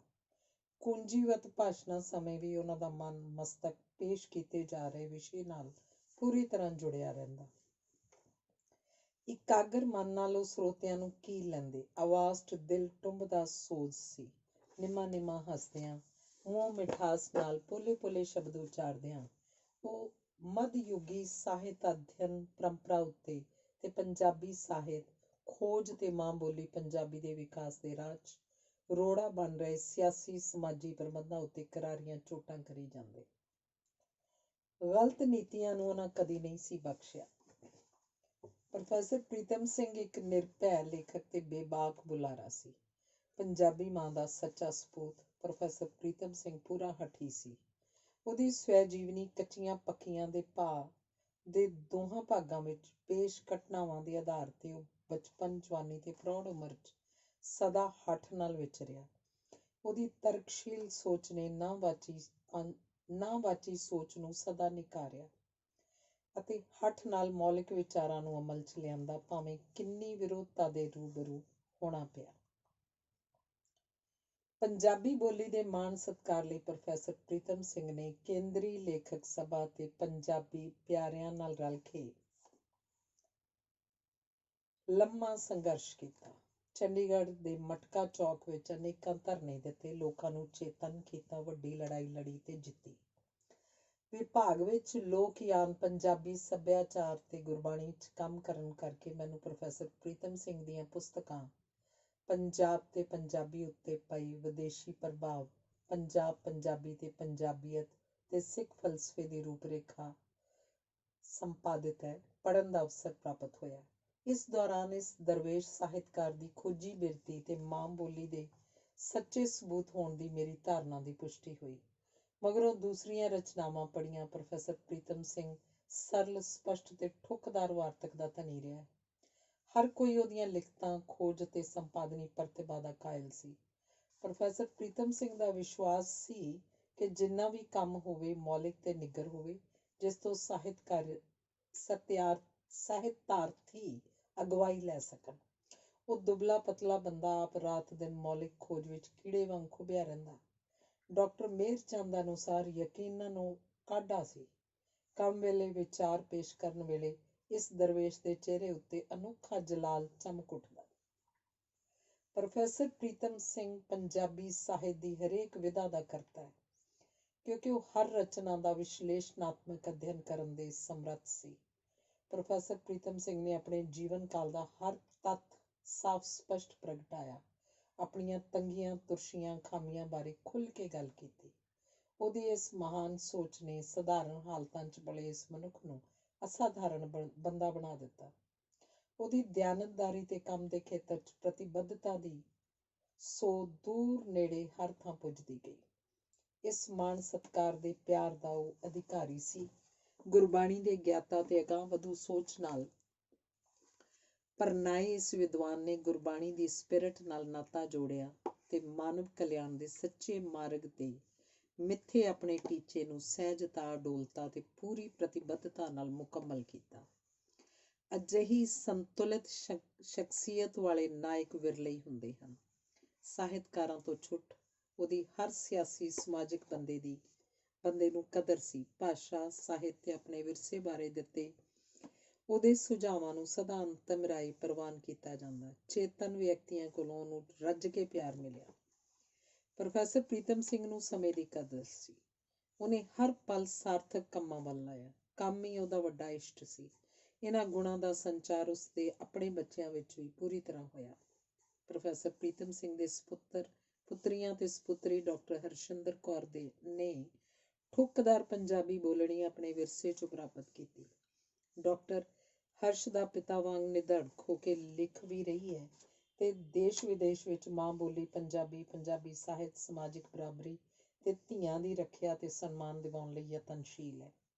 ਬੁਲੰਦ ਹੌਸਲੇ ਵਾਲੀ ਪੰਜਾਬ ਦੀ ਇਹ ਧੀ ਪ੍ਰੋਫੈਸਰ ਪ੍ਰੀਤਮ ਸਿੰਘ ਦੇ ਪਰਿਵਾਰ ਦਾ ਨਿੱਘਰ ਹਾਸਲ ਹੈ।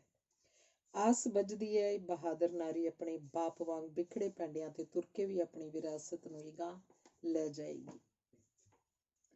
ਪ੍ਰੋਫੈਸਰ ਪ੍ਰੀਤਮ ਸਿੰਘ ਨੇ ਆਪਣੀ ਪਤਨੀ, ਘਰ ਪਰਿਵਾਰ ਦੀ ਕੋਈ ਚਿੰਤਾ ਨਹੀਂ ਸੀ ਰੱਖੀ। ਪਤਨੀ ਤਾਂ ਸਗੋਂ ਉਹਨਾਂ ਦੀ ਊਰਜਾ ਬਣੀ ਰਹੀ। ਉਹਨਾਂ ਦੇ ਸਰੋਕਾਰ ਸਨ, ਉਹਨਾਂ ਦੇ ਲਾਇਕ ਵਿਦਿਆਰਥੀ, ਉਹਨਾਂ ਦੇ ਪੰਜਾਬੀ ਲੇਖਕਾਂ, ਖੋਜੀਆਂ, ਆਲੋਚਕਾਂ, ਵਿਦਵਾਨਾਂ ਤੇ ਸ਼ਿਸ਼ਾਂ ਦਾ ਭਾਵੇਂ ਉਹ ਪੂਰਬ ਪੱਛਮ ਵਿੱਚ ਕਿਤੇ ਵਸਦੇ ਹੋਣ, ਇੱਕ ਵੱਡਾ ਪਰਿਵਾਰ ਸਿਰਜ ਲਿਆ ਸੀ, ਜਿਨ੍ਹਾਂ ਨੂੰ ਉਂਗਲੀ ਫੜਾ ਕੇ ਤੇ ਫੜ ਕੇ ਉਹਨਾਂ ਨੇ ਆਪਣੇ ਮਨ ਦਾ ਖੇੜਾ ਬਰਕਰਾਰ ਰੱਖਿਆ ਸੀ। ਪੰਜਾਬੀ ਬੋਲੀ, ਗੁਰਮੁਖੀ ਲਿਪੀ, ਮੱਧਕਾਲੀ ਪੰਜਾਬੀ ਸਾਹਿਤ ਤੇ ਪੰਜਾਬ ਦੀ ਵਿਰਾਸਤ ਸੰਬੰਧੀ ਦੁਰਲੱਭ ਖਰੜਿਆਂ ਦਾ ਭੰਡਾਰ ਉਸ ਬੰਦੇ ਦੀ ਜੱਦ ਸੀ, ਜਾਤ ਸੀ, ਕੁੱਲ ਸੀ ਤੇ ਜੀਵਨ ਦੀ ਮਹਾਨ ਉਪਲਬਧੀ ਸੀ। ਉਸਨੇ ਇਸ ਕੀਮਤੀ ਧਨ ਨੂੰ ਜੀ ਜਾਨ ਨਾਲ ਪਿਆਰਿਆ ਤੇ ਸੰਭਾਲਿਆ। ਉਹ ਇੱਕ ਵੱਖਰੀ ਮਿੱਟੀ ਦਾ ਵੱਖਰੇ ਅੰਦਾਜ਼ 'ਚ ਢਲਿਆ ਸ਼ਖਸ ਸੀ। ਅੱਗੇ ਤੋਂ ਉਹਨਾਂ ਦੇ ਬੱਚਿਆਂ ਦੀ ਜਦ ਮਰਜੀਵੜਿਆਂ ਦੇ ਟੱਬਰ ਵਜੋਂ ਪਛਾਣੀ ਜਾਏਗੀ। ਮੈਨੂੰ ਉਸ ਨਾਲ 2 ਥਾਵਾਂ ਤੇ ਹੋਈ ਮੇਲ ਦੀਆਂ ਘਟਨਾਵਾਂ ਯਾਦ ਹਨ। ਪਹਿਲੀ ਹੈ ਪਟਿਆਲਾ ਵਿਖੇ ਭਾਸ਼ਾ ਵਿਭਾਗ ਵੱਲੋਂ ਸੱਦੀ ਇਕੱਤਰਤਾ ਦੀ ਘਟਨਾ। ਸ਼ਾਇਦ ਇਸ 'ਚ ਭਾਈ ਸੰਤੋਖ ਸਿੰਘ ਰਚਿਤ ਸੂਰਜ ਗ੍ਰੰਥ ਦਾ ਪੰਜਾਬੀ ਵਾਰਤਕ ਵਿੱਚ ਉਲਥਾਉਣ ਦਾ ਮੁੱਦਾ ਵਿਚਾਰਿਆ ਜਾਣਾ ਸੀ। ਸਭ ਵਿਦਵਾਨਾਂ ਨੇ ਆਪਣੀਆਂ ਰਾਵਾਂ ਦਿੱਤੀਆਂ, ਮੈਂ ਵੀ ਵਿੱਚ ਹਾਜ਼ਰ ਸੀ। ਅੰਤ ਵਿੱਚ ਪ੍ਰੋਫੈਸਰ ਪ੍ਰੀਤਮ ਸਿੰਘ ਵੱਲੋਂ ਪੇਸ਼ ਦਲੀਲਾਂ ਤੇ ਢੁਕਵੇਂ ਨਿਰਣਿਆਂ ਨਾਲ ਸਾਰਿਆਂ ਦੀ ਹੋਈ ਸਹਿਮਤੀ ਦਾ ਮੌਕਾ ਮੀਟਿੰਗ ਦੀ ਪ੍ਰਾਪਤੀ ਸੀ। ਇਹ ਸ਼ਖਸੀਅਤ ਇੱਕ ਮੋਹਰਬੰਦ ਸਿੱਕਾ ਸੀ। ਦੂਸਰਾ ਮੌਕਾ ਗੁਰੂ ਨਾਨਕ ਅਧਿਐਨ ਵਿਭਾਗ ਵੱਲੋਂ ਆਯੋਜਿਤ ਸੈਮੀਨਾਰ ਦਾ ਸੀ। ਮੰਚ ਉੱਤੇ ਦੁਰਬਲ ਸਰੀਰ ਨੂੰ ਸਹਾਰਾ ਦੇ ਕੇ ਲਿਆਂਦਾ ਗਿਆ। ਉਹਨਾਂ ਦੀ ਮਨ ਦੀ ਸਿਹਤ ਸਾਰਿਆਂ ਦੀ ਚਿੰਤਾ ਸੀ। ਪਰ ਅਗਲੇ ਪਲ ਜਦੋਂ ਖੜੇ ਹੋ ਕੇ ਮਾਈਕ ਅੱਗੇ ਬੋਲਣ ਲੱਗੇ ਤਾਂ ਉਹਨਾਂ ਆਪਣੇ ਧੀਮੇ ਬੋਲਾਂ ਰਾਹੀਂ ਮੱਧਕਾਲੀ ਸਾਹਿਤ ਦੇ ਅਧਿਐਨ ਉੱਤੇ ਨਿੰਮਾ ਵਿਅੰਗ ਵਿੱਚ ਦੇਸ਼ ਭਗਤ ਯੋਧਿਆਂ ਵਰਗੀ ਗੜਕਦੀ ਸੁਰ, ਢੁਕਵੀਆਂ ਚੋਣਾਂ ਤੇ ਸਮਕਾਲਿਕ ਸਮੂਹ ਵਰਤਾਰਿਆਂ ਪ੍ਰਤੀ ਚੁਣੌਤੀਆਂ ਇੰਝ ਪੇਸ਼ ਕੀਤੀਆਂ ਕਿ ਹਾਜ਼ਰ ਵਿਦਵਾਨ ਇਸ ਹੱਦ ਤੱਕ ਕੀਲੇ ਗਏ ਕਿ ਹਾਲ ਅਖੀਰ ਤੱਕ ਉਂਝ ਦਾ ਉਂਝ ਭਰਿਆ ਰਿਹਾ। ਡਾਕਟਰ ਜਸਵੰਤ ਸਿੰਘ ਨੇ ਵੀ ਹਮੇਸ਼ਾ ਵਾਂਗ ਆਪਣੀ ਗੁਣਵੱਤਾ ਭਾਸ਼ਣ ਪੜ੍ਹਿਆ। ਸੈਸ਼ਨ ਦੀ ਸਮਾਪਤੀ ਤੋਂ ਪਿੱਛੋਂ ਉਹਨਾਂ ਵਿਦਵਾਨਾਂ ਦੇ ਬੇਬਾਕ ਬੋਲਾਂ ਤੇ ਨਿੱਘਰ ਸੁਝਾਵਾਂ ਪ੍ਰਤੀ ਆਭਾਰ ਪ੍ਰਗਟ ਕਰਨ ਨੂੰ ਮੇਰਾ ਜੀਅ ਕਰਦਾ ਸੀ। ਮੈਨੂੰ ਸਦਾ ਉਸ ਦਫ਼ਤਰ ਵਿੱਚ ਜਾਣ ਤੋਂ ਝਿਜਕ ਹੁੰਦੀ ਸੀ ਜਿੱਥੇ ਮੁੱਖ ਮਹਿਮਾਨ ਤੇ ਵਿਸ਼ੇਸ਼ ਵਕਤਾ ਬੈਠੇ ਹੁੰਦੇ ਸਨ। ਉਸ ਦਿਨ ਪਤਾ ਨਹੀਂ ਮੈਂ ਕਿਵੇਂ ਨਿਰਸੰਕੋਚ ਹੋ ਕੇ ਜੁਰਅਤ ਕਰਕੇ ਅੰਦਰ ਚਲੀ ਗਈ। ਡਾਕਟਰ ਨੇਕੀ ਦੇ ਭਾਸ਼ਣ ਦੀ ਗੁਣਤਾ ਬਾਰੇ ਉਹਨਾਂ ਨਾਲ ਗੱਲ ਸਾਂਝੀ ਕੀਤੀ। ਡਾਕਟਰ ਸਤਿੰਦਰ ਸਿੰਘ ਕੋਲ ਬੈਠੇ ਸਨ। ਡਾਕਟਰ ਸਤਿੰਦਰ ਸਿੰਘ ਨੂਰ, ਡਾਕਟਰ ਹਰਭਜਨ ਸਿੰਘ ਭਾਟੀਆ ਤੇ ਵਿਭਾਗ ਦੀ ਮੁਖੀ ਡਾਕਟਰ ਸ਼ਸ਼ੀ ਬਾਲਾ, seminar director doctor Balwant Singh Dhillon ਤੇ ਹੋਰ ਵਿਦਵਾਨਾਂ ਦੀ ਹਾਜ਼ਰੀ 'ਚ ਮੈਂ ਪ੍ਰੋਫੈਸਰ ਪ੍ਰੀਤਮ ਸਿੰਘ ਹੋਰਾਂ ਦੇ ਕੋਲ ਹੋ ਕੇ ਸੰਬੋਧਿਤ ਹੋ ਕੇ ਕਿਹਾ, ਪ੍ਰੋਫੈਸਰ ਸਾਹਿਬ, ਗੁਰਮੁਖ ਬੁੱਢੇ ਕਦੇ ਨਾਹੀਂ ਜਿਨ੍ਹਾਂ ਅੰਤਰ ਸੁਰਤ ਗਿਆਨ। ਤੁਸੀਂ ਪੂਰੇ ਤੰਦਰੁਸਤ ਹੋ। ਤੁਸੀਂ ਸਾਨੂੰ ਬਹੁਤ ਕੁਝ ਅਜੇ ਦੇਣਾ ਹੈ। ਉਹਨਾਂ ਪਛਾਣ ਨਾਲ ਅਗਾਂਹ ਵੱਲ ਨੂੰ ਝੁੱਕ ਕੇ ਥਾਪਨਾ ਦਿੱਤੀ ਤੇ ਕਿਹਾ, ਮੈਂ ਬੁਢੇਪੇ ਬਾਰੇ ਸੋਚਦਾ ਹੀ ਨਹੀਂ, ਕਈ ਕੰਮ ਕਰਨੇ ਬਾਕੀ ਹਨ। ਉਹਨਾਂ ਦੇ ਬੋਲਾਂ ਤੋਂ ਅਜਿਹਾ ਕੋਈ ਖਦਸ਼ਾ ਵੀ ਨਹੀਂ ਸੀ ਛੇਤੀ ਪਿੱਛੋਂ ਉਹਨਾਂ ਬਾਰੇ ਡਾਕਟਰ ਹਰਸ਼ਿੰਦਰ ਕੌਰ ਨਾਲ ਉਹਨਾਂ ਦੇ ਤੁਰ ਜਾਣ ਦਾ ਦੁੱਖ ਸਾਂਝਾ ਕਰਨਾ ਪਿਆ। ਅਕਸਰ ਮੈਨੂੰ ਉਹਨਾਂ ਪਲਾਂ ਦੀ ਯਾਦ ਦੁੱਖ ਦਿੰਦੀ ਹੈ। ਕਾਸ਼ ਮੈਂ ਉਸ ਦਿਨ ਵੀ ਨੇੜੇ ਹੋ ਕੇ ਨਾ ਮਿਲਦੀ। ਨਾਲ ਹੀ ਇਸ ਪੀੜ੍ਹੀ ਦੇ ਸਾਹਿਤ ਖੇਤਰ ਦੇ ਹੋਰ ਸਾਧਕਾਂ ਮਹਾਰਥੀਆਂ ਦੇ ਤੁਰ ਜਾਣ ਦੀ ਘਾਟ ਚੇਤੇ 'ਚ ਉਘੜ ਜਾਂਦੀ ਹੈ। ਪਰ ਸ਼ਰਧਾਂਜਲੀ ਸਮਾਰੋਹ ਉੱਤੇ ਕਹੇ ਡਾਕਟਰ ਸਤੀਸ਼ ਵਰਮਾ ਦੇ ਬੋਲ, ਮਿੱਟੀ ਨਾ ਫਰੋਲ ਜੋਗੀਆ, ਨਹੀਂ ਲੱਭਣੇ ਲਾਲ ਗੁਆਚੇ, ਇਸ ਘਾਟ ਨਾਲ ਸਮਝੌਤੇ ਦੀ ਟੋਹ ਦਿੰਦੇ ਹਨ। ਲੋੜ ਹੈ ਉਸ ਦਰਵੇਸ਼ ਸਾਹਿਤਕਾਰ ਜਿਸ ਸਾਰੀ ਉਮਰ ਦਿਖਾਵੇ ਤੇ ਕਲਾਬਾਜ਼ੀਆਂ ਤੋਂ ਪਰਹੇਜ਼ ਕੀਤਾ ਤੇ ਪੈੜਾਂ ਨੂੰ ਸੰਭਾਲਣ ਤੇ